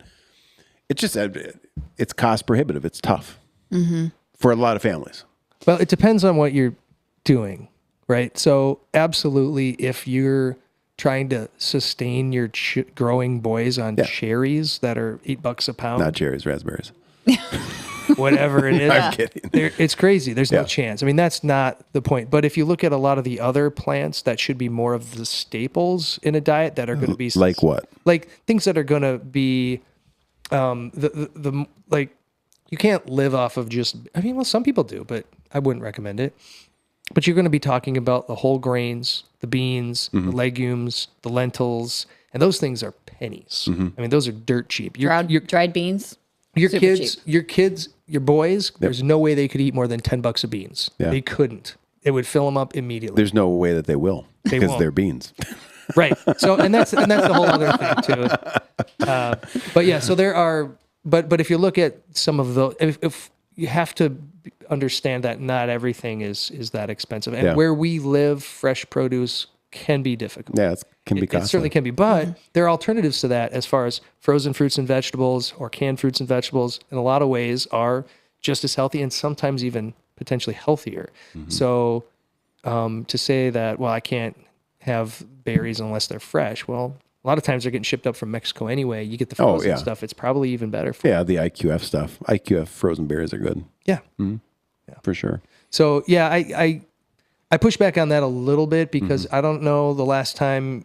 I don't even know. I have no idea what does an extra value meal at McDonald's cost, but it's probably Also expensive. $10-12. Yeah, I don't know what it is, but not cheap. I cook at home, and we're buying good quality ingredients, and we're not skipping on servings, And you know, it probably is $10 a plate, but it's just as much as it's less than what you'd spend at a restaurant. Yeah. It's probably less than what you're getting at the drive-through. So to say it's expensive, well, everything's expensive these days, and you got to look at it. Do you want to invest in this now, or do you want to pay later? Because you're going to pay for it. Oh, for sure. eventually. And For sure. so, yeah, that's part of the argument too. Is like, well, I just can't afford it. I'm like, well, you're really not gonna be able to afford that heart attack later. Yeah. It may be on nutrition that there's just, I think part of it too is just a lack of education. That's exactly what it You is. know, there's a lot of preparation involved in That's it. preparing food. That's it. No, right? And making takes your own work. ice cream. I mean, I hear you're making ice cream. And I'm like, hell no, I'm going to go down to Gilbert's and nail that thing. Well, it takes, that's what it is though. I mean, it takes a commitment. Yeah. And the society that we live in, it's very easy to just get the easy food. Yeah. Just pick it up. Right. It's so much easier to hit the drive-through. It's so much easier to just get a frozen meal to go. I totally get that. But that's what got us to this point. Yeah. Is the convenience of, and that's why we do, you know, I don't go out and ride 200 miles because it's convenient. Right. Right. We're challenging Or ourselves. because it's fun. We're challenging ourselves in that way. Yeah. And we need to think about it in other ways too. Like, Yeah. well, you know, it can be challenging to prepare food. Yeah. You know, a couple times a week, but the investment is worth it. So you have to at least consider that. When I asked the question, you know, like what 1, 2, or 3 things could people do to affect all those trends, whether they're positive or negative or how negative they might be, my assumption was you were going to say movement, exercise, and nutrition. So this doesn't surprise me at all. That's good. You know, on the lack of data for large scale community over time, proving out lifestyle impact on health, that actually caught my attention because, you know, I think we've been running the organization for 11 years, and I would anticipate we've got another 10, 11 years ahead of us. You know, why couldn't, I would think that the community, if they were going to be asked to opt into some sort of project, I'd be curious what the data would play out if we could show over time within the 906 events, the youth programs, for those people who come in and opt in and stay in, what are the findings over time for impact on health? Well, and they do have curious. those studies, but a lot of them are funded by the business themselves or self-supported. I've always Right. said that. I mean, James and I have talked about it, and you and I, James, have all, and I've continued. I mean, I think we started that process with the questionnaire and the interviews. I Yes. think we can start to compile that data. Yes. I think that's really impactful. And, you know, we could even reach out now to former kids and say, hey, where are you? What are you up to? And you can take some of these models and compare that to what's the average kid that wasn't doing bike club. What are they up to these days? And so that's not going to give you the robust, you know, blinded, randomized controlled trial that you want to see, Yeah. but it's data. And you do see some of that out there. But the problem is any of these nutrition studies or lifestyle studies, they can't be the highest quality according to the scientific literature. Because of what? Well, Recall bias. yeah. So you're always asking people like, how much did you eat? What did you eat 2 weeks ago? And they're like, oh, cereal. And so people don't know. And most Yeah. people are going to skew that because like, well, I don't eat that bad. I eat pretty good. Even yesterday, I talked to people like, what did you actually eat yesterday? Like, really? Like, well, actually, no, I did have, I had more, because people are always going to say, no, I had a serving of ice cream. And like in reality, they had the whole thing, you know? Yeah. So the recall bias. They'll understate it. They will. Yeah, people understate it, they forget. And so that's one of the big problems with nutrition studies. And you know, you might even put someone on a diet, and the only way you can make them stay on it is if you send them the food. I mean, we're all human. We're not going to, it's really hard to follow a diet specifically all the time. And when it's not randomized and controlled and blinded, then there's a lot of chance that creeps in. So it's like you say, well, yeah, this guy who did 906, he seems to be doing better, but it could have been due to all these other things we don't know. Yeah. So it's harder to say causative that, you know, this is, you know, but if we said, okay, you're doing this and you're doing that and you don't know, and then we can, you know, capture these specific, then maybe, but they're also going to have some bias in that the kids that are the kids that are signing up for 906 are the kids that are probably going to be signing up for stuff the rest of their lives. Whereas the kids that are not showing up, they may not show up for other things too. Yeah. So that also, but the goal here is to catch them maybe when they're not and encourage them and then change them into that kid that's going to be the one that's signing up. That is going to show up. Turn That's them right. into kids that show up. And that's the whole premise. Yeah. Yeah. Yeah, And, for sure. and I think we're doing that Yeah. on some level, but Well, I think because we've talked about this recently that I've seen, I think I mentioned it in one of the coach talks within the last couple of weeks, the demographic of the children entering the program, I see it changing. 11 years ago, it was 100% middle class and up, well-off families already deeply embedded in the mountain bike community, in air quotes. That's who it was. There were I'd almost say there were no kids not part of that group. And now you go fast forward 11 years later, and it has drastically changed. You know, the core mountain bike community, they're doing other stuff. I'm not saying that there aren't people, coaches, some kids within it that are still part of that community. But when you look, you've seen it because you've coached now for a couple, 2-3 years. yeah. We're reaching families that are not in this community. They are not doing this thing. Families are signing their kids up. Grandparents are signing their grandkids up to do this. We are the ones that are introducing them to the activity and the lifestyle. Yeah. It's changed a lot. Yeah. I've only been coaching 3 years, but I've been bringing my kids to 906 for double that. Yes. And so I have seen that. And just in the 3 years I've been coaching, it's kind of amazing to see. I mean, a lot of the kids are showing up with just real basic stuff. A lot Yeah, of them- the bikes, right? The bikes are not great. Fair. I mean, I don't remember this from previous years, but it's like at least one kid a week is needing a loaner bike. Yep. Or Eight last night, yeah. which is great. They're Well, that's it. On one hand, it's great, and on another hand, it's we're making a difference and hopefully helping that understanding. Yeah. But it's just the family dynamics are very different. A lot of grandparents, Yes. a lot of split families. Yes. A lot of Dealing with that more and more. and there's a lot of kids that you can absolutely recognize that they are not biking or they haven't much. 100%. Yeah, and some kids, this is a returning 906 kid. You Yes. can tell, and the other ones are like, yeah, this is my first year, or that kind of That's thing. really neat. But they're all engaged. We had a great night last night. So we didn't do so the last ride we coached, we did like the big one. We were like, let's see how far we can get and do all that. But then last night we're like, well, let's do an easier ride. And so we did a more mellow distance ride. Yep. But there was a period where we went to the pump track and we were there for a bit and we just took a half hour, like total between sessioning and taking breaks and having snacks and all that. But there's a considerable period of that time where the kids were just hanging out.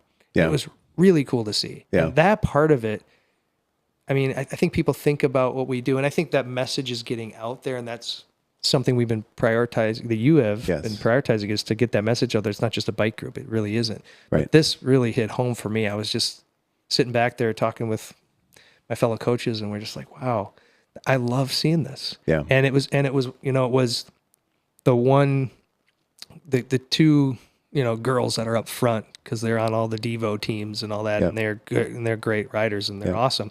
And then there's a couple kids in the back that maybe don't ride much, don't have great bikes, struggling on Kirby's, kind of not loving the whole aspect, but Right.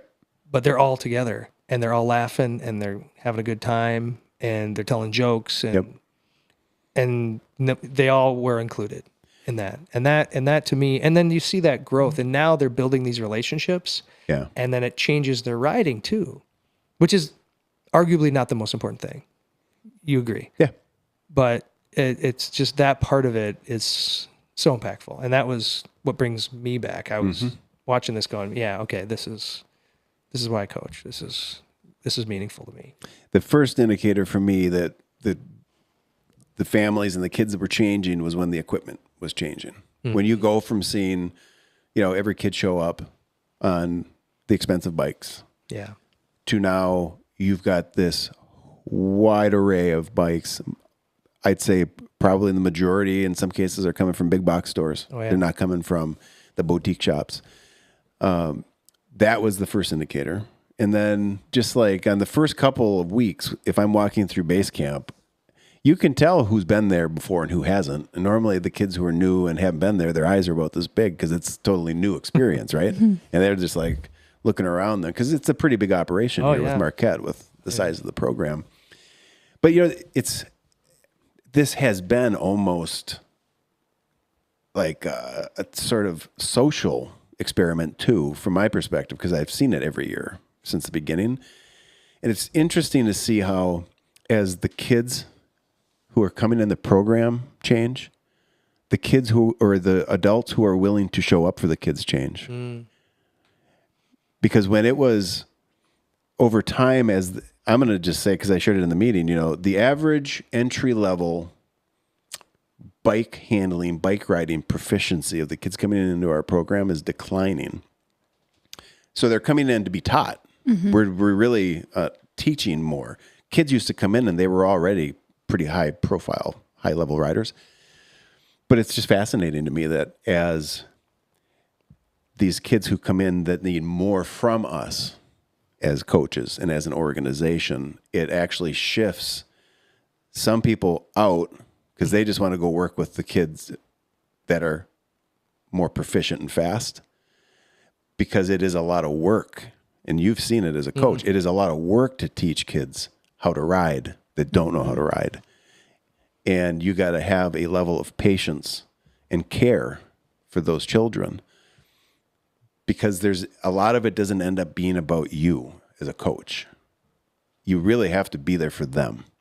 I gotta say this too. There were a couple coaches in particular that we were kind of leapfrogging yesterday and in weeks past, and just watching these individuals work with these kids.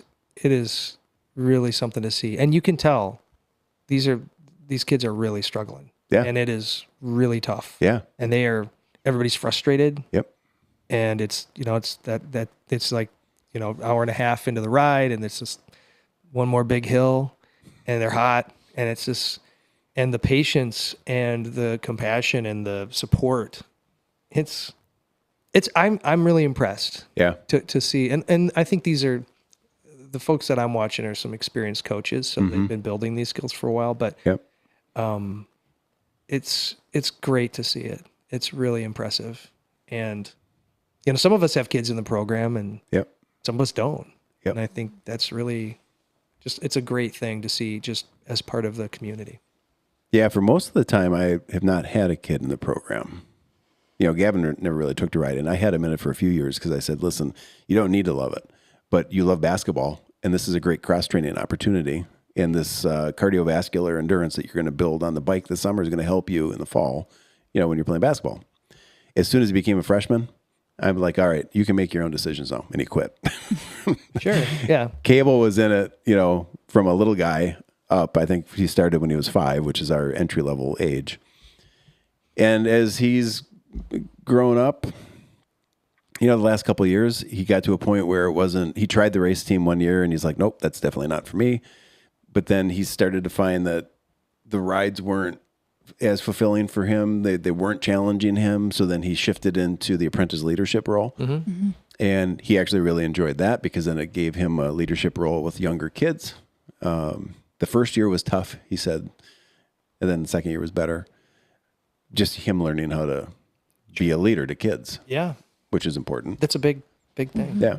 And then this year we thought he was going to be in doing it again, but now he's a freshman. And I don't know if I told you this. Stacy and I, on our way back from our last basketball tournament for travel ball, got the summer practice schedule for the basketball program. And looking at it, we were like, oh man, it's every night that bike club is. Oh yeah. So Stacy and I talked about it, and I said, as much as I want him in bike club, as good as I think this is for him, I think that we have to tell him, because basketball is his passion. Yeah. It's his love. I said, I think we have to tell him he needs to go focus on basketball, because I think he would have had a really hard time. Good for you. Telling me, like, I think he probably would have not done basketball. Really? But this summer, I'm just saying this summer, he would definitely play. But yeah, that was a tough one, because I wasn't ready to not have my kid there anymore. Yeah. But that's, I feel the same way. I think you have to respect your kids' choices, and as long as it's not hockey. As long as it's not hockey. That's just me. But it's a good point. I think what I'm saying here, and I think you're getting at, is he would have. We wanted him to not have to make that call. Right. Well, he didn't want to disappoint you either. Correct. Sometimes I think as a parent, you have to be able to step back and intervene, and not, like, I am a big proponent of doing hard things, as you know. And if I had Cable in here, he'd be like, yeah, make no mistake, he is not easy to live with. But sometimes I think you got to step back and you got to intervene on their behalf and tell them what the right thing to do is, as much as you may not want that to be the thing that they do, right? Yeah. Well, if it were up to our kids, we would never do anything. They just stay at home and read and play Legos and whatever. Yeah. But, sometimes you have to say, yeah, I know you don't want to go for a bike ride right now, but once we get out there, you're going to be glad you went. And they always are. And I think there's a balance there. How is that for you, like with your son? Well, both kids. Do they always look forward to bike club? Yeah. They do now. Do they? Yeah. But each of them went through a year where they didn't want to go. Yeah. Like the first couple. Yeah. And be like, no, we signed up, you're going. And they would always come back from the ride going, that was so great. And we're like, good, done. And then the next week, I don't want to go. It's like anything with kids. Yeah. They're in the middle of something and like, I don't want to do that. It's a hassle. And right. But once they're there, and for the last couple of years though, Sonia's been, she's old enough now where she loves it. She loves it. And Michael now is getting older. He loves it now. And he really loves He's it. so excited. But there are definitely, I can see that there's a potential for Mike to get older and say, Sonia's going to stick with it. She really likes biking. Mike might become a freshman and say, I'm not biking anymore. Yeah. And that might very well happen. And we're going to say, yeah, it's your choice. Okay. But you got to do something. Yeah. I don't care what it is, but it ain't, can't be sitting on that couch. Right. So, and I think that's important for kids for parents, is to not put your values upon your kids. Yes. To build, to make sure that they understand that there has to be something. Yeah. Right. But, and the hockey thing was a joke. I mean, if Mike really wants to play hockey. Yeah, you're going to support it. Maybe. But, the point is, Katie will support it. He'll get All right, maybe Mike is not going to play hockey. I don't think But Mike's if he wants to play soccer, if he wants to do something else, that's fine. Is this why you and Joel struggle in your relationship at times? because of this? Yes, actually, because I never see him because he's traveling with his kids to go to travel hockey all the time. No, it's fine. You can't live in Marquette and not, No, it's big. Can't be anti-hockey in Marquette. No, it's crazy. Big. It's big. You'd have to move to Scandia. I just recognize that the lifestyle that goes with doing that is tough. It's not doing hard things in the right way. It's a different way. But I'm not saying, if kids that want to play hockey and they're passionate about it, they should do that. They should find the thing that they're passionate about. Yep. And they should get a ride with their friends' dads. That's funny. I'll say one thing I'd say about Gavin, because he honestly never truly loved bike riding. Mm-hmm. But I think he was in it 3 years, maybe 2 or 3 years. And I will say that he still fell in that same boat, that it was hard to get him there. But then on the way home, he'd be like, dude, that was so awesome. I went over the bars so many times. And it was like, wait, what? And then he'd just tell you the story. Yeah. So he has so many good memories of it, even though he wasn't passionate about it. I think it was the engagement with the kids and the coaches and just the exhilaration of doing it. Once he had his choice to do what he wants to do, he walked away from it. But still, I still remember those nights on the way home. It's like, God, thank God he didn't break his neck, because he's not very good at riding. But, it's still there. Like, he can always go back to it. Absolutely. And I remember Nordic skiing, because in our family, there was one car the family did the thing that was going to happen with the one car, and everyone did the same thing. And I used to hate Nordic skiing. Yep. You're out there forever. It was cold. Those little 3-pin bindings, they get like icy. Oh, they're awful. And we did that all the time, like every weekend. And I would hate it from start to finish. And now I love it because I had the choice. Later in life. When I hit high school, I joined the team, which I think shocked my parents. And now it's my favorite sport. I mean, I like to bike, but I love to ski. Interesting. And I did not know that. yeah, I look forward to it all year. So, Well, I mean, a lot of this stuff you introduce your kids to, right? It's like you're uploading information and experiences, and they might walk away from it and recall it later, you know? Right. It's in the hard drive. It's there. That memory is there. That experience is there. And they might just draw from it later in life. And it's not even the bicycle skills themselves. It's just the skills of being a human. Yeah. That's what matters. Yeah. I love the fact that they can take away from it that sensation of being in the woods on a trail on a hot August day when there's some flies and mosquitoes, and you're going up a hill and your lungs are burning and you're hating life. Those are good experiences to have, because on the back end of it, this is assuming you don't get hurt, on the back end, when you're headed home, you're like, oh, I'm good. That was temporary. I got this. That happened yesterday. I want to share this story. It was so good because we were coming back and we're like, okay, so we're going to do Kirby's on the way back. And it's at the end, you know, so people are tired and whiny. Yep. And they're like, I don't want to do Kirby's. Can we just do easy peasy? And one, she's a hoot, but the one gal, she's like, I'll give you $40 if you let me do easy peasy. I'm like, no, you're not. I'd say, show me the money. I said, you don't even. I said, first off, that's absurd. And second, you don't have $40. She's like, I do. Check my bank account. And I'm like, no, we're not gonna do that. But there was a lot of griping about it, and you know, the interesting thing was we got at the base of the hill, and I said, all right, who wants to climb Kirby's? Show of hands. And she got outvoted, and so we did it. I was gonna say that coaches get extra votes or something to get over that hurdle anyway, but you had a plan. I had a plan.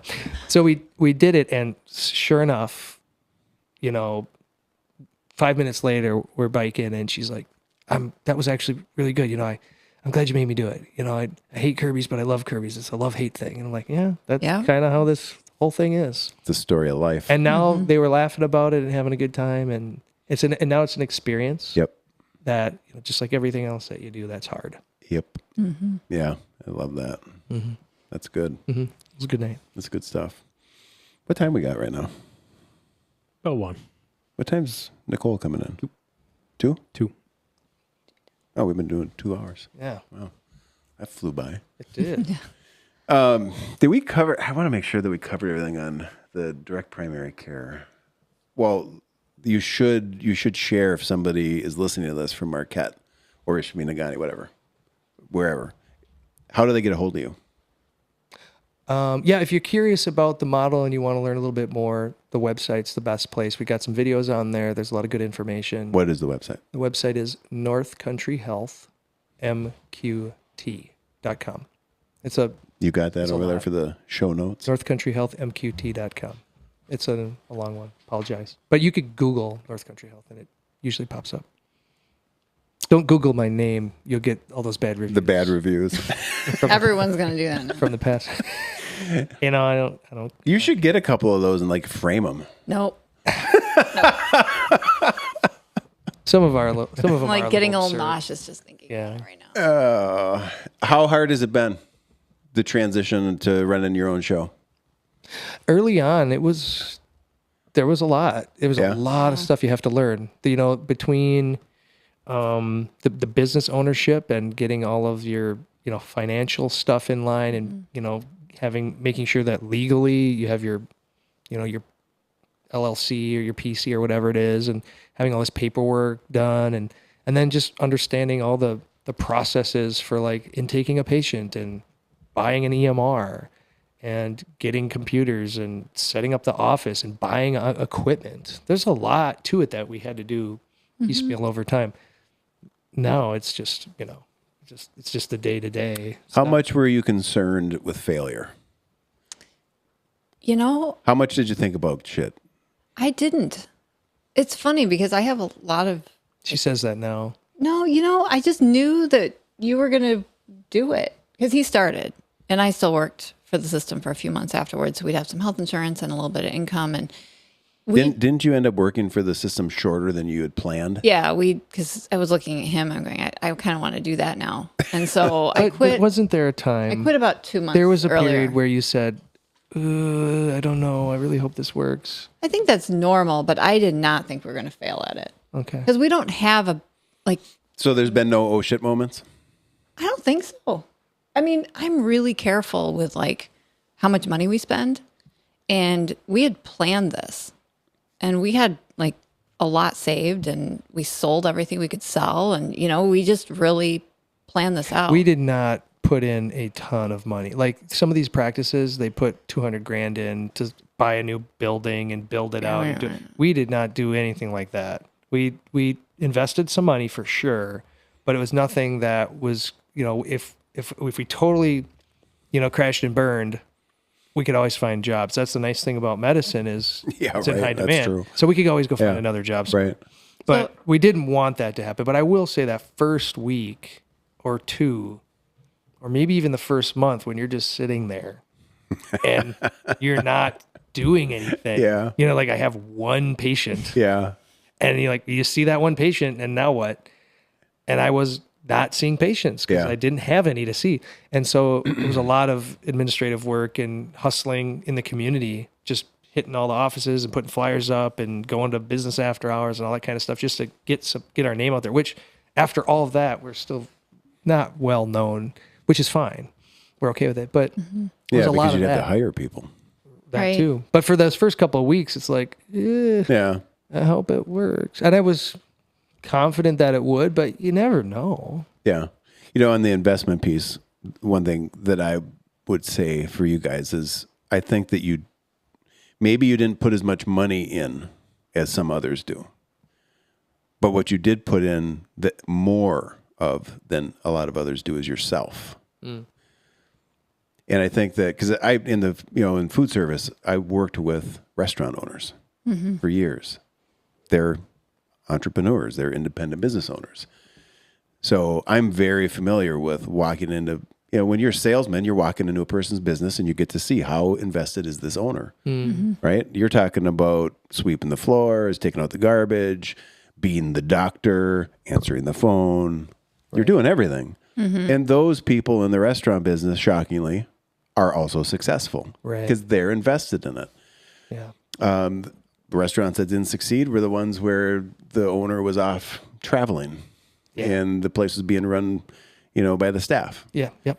So, I think the takeaway, I like these types of episodes for Made Up because we're sharing a story about taking risk. There was no guarantee that this was going to work for you guys. But if you invest yourself in something and you don't allow failure to be one of the end points, you can be successful, but you're also going to have those moments of doubt where you're sitting alone in a room thinking, oh shit, was this the right decision? But you can get through it. But it was. It was. It was the best thing we ever did. Yeah. I mean, best professional thing we ever did. Do you, and I'm thinking maybe the answer is no because of privacy, but do the kids ever get in the office? Like how much are the kids around the office? At this age, not much. I mean, we've had a sick one there once in a while. If we couldn't get one of my dad to come over, or we didn't want him to get exposed to the kid, but they're not there a lot. Like as Sonia gets, which makes sense to me, right? I mean, as Sonia gets a little bit older, I think she'll probably want to do some cleaning. Yeah. Because you can pay as a business owner. We haven't really looked into this, but you can pay your kid market rate. Yeah. And it can be a good thing for everybody. Yeah. Like window washing, stuff like that. Right. Given what you're doing, it makes sense. And I only ask the question because now what I do is atypical with running events in the organization. And I don't have a lot of office time per se because I'm on the move a lot. But with what we do with 906, it has allowed for me to expose the kids to it a lot. So they see the amount of time it takes, the dedication, the commitment, the good, they see the bad. And I think that when you do your own thing, if you can figure out a way to expose your kids to that, that's a good thing. Yeah. Well, they may not be in the office, but we are, we're both doing the same. I mean, it's rare to have a 2-doctor couple anyway, but then to have the 2 doctors in the same practice doing the exact same thing every day is also very weird. So we talk a lot. We do a lot of shop talk constantly. Live it. Yeah. And so the kids family they're being exposed constantly. And, cool. even though we're not in the office, we're still doing medicine at home. We're getting texts and phone calls occasionally. And, it's not our favorite thing to get that text at 9:00 on a Friday, but sometimes it happens. And so we're still talking about, patient care. And it's 7 days a week, right? That I'm assuming you get contacted. And most of our patients are pretty good about it. I mean, if it's a true urgency, I want people to reach out to me, even on the weekend. That's what they're paying for. I don't want them to bug me and say, "Hey, I need a physical in a couple of weeks." That's different. That can be an email for office hours or whatever. But do you give any direction to the patient? Yeah. Like when to message me and when not to? It's pretty. Yeah. People get it. Yeah. I mean, they know that we're always kind of on. And so if they wake us up in the middle of the night for, I want a refill, they're not going to do that. Right. Because they know that's not very nice. And so I think when you're like a patient in a really large clinic with this call shared with 15 different people, you might not think about it. You're like, well, they're only on call twice a month, whatever. But people know. And they want us to have family time too. Sure. Yeah, I'm a little more personal. There's personal connection. It's almost the opposite, honestly. I frequently have to tell patients like, "Oh, you should have told me. You should have called me first before I went to the ER."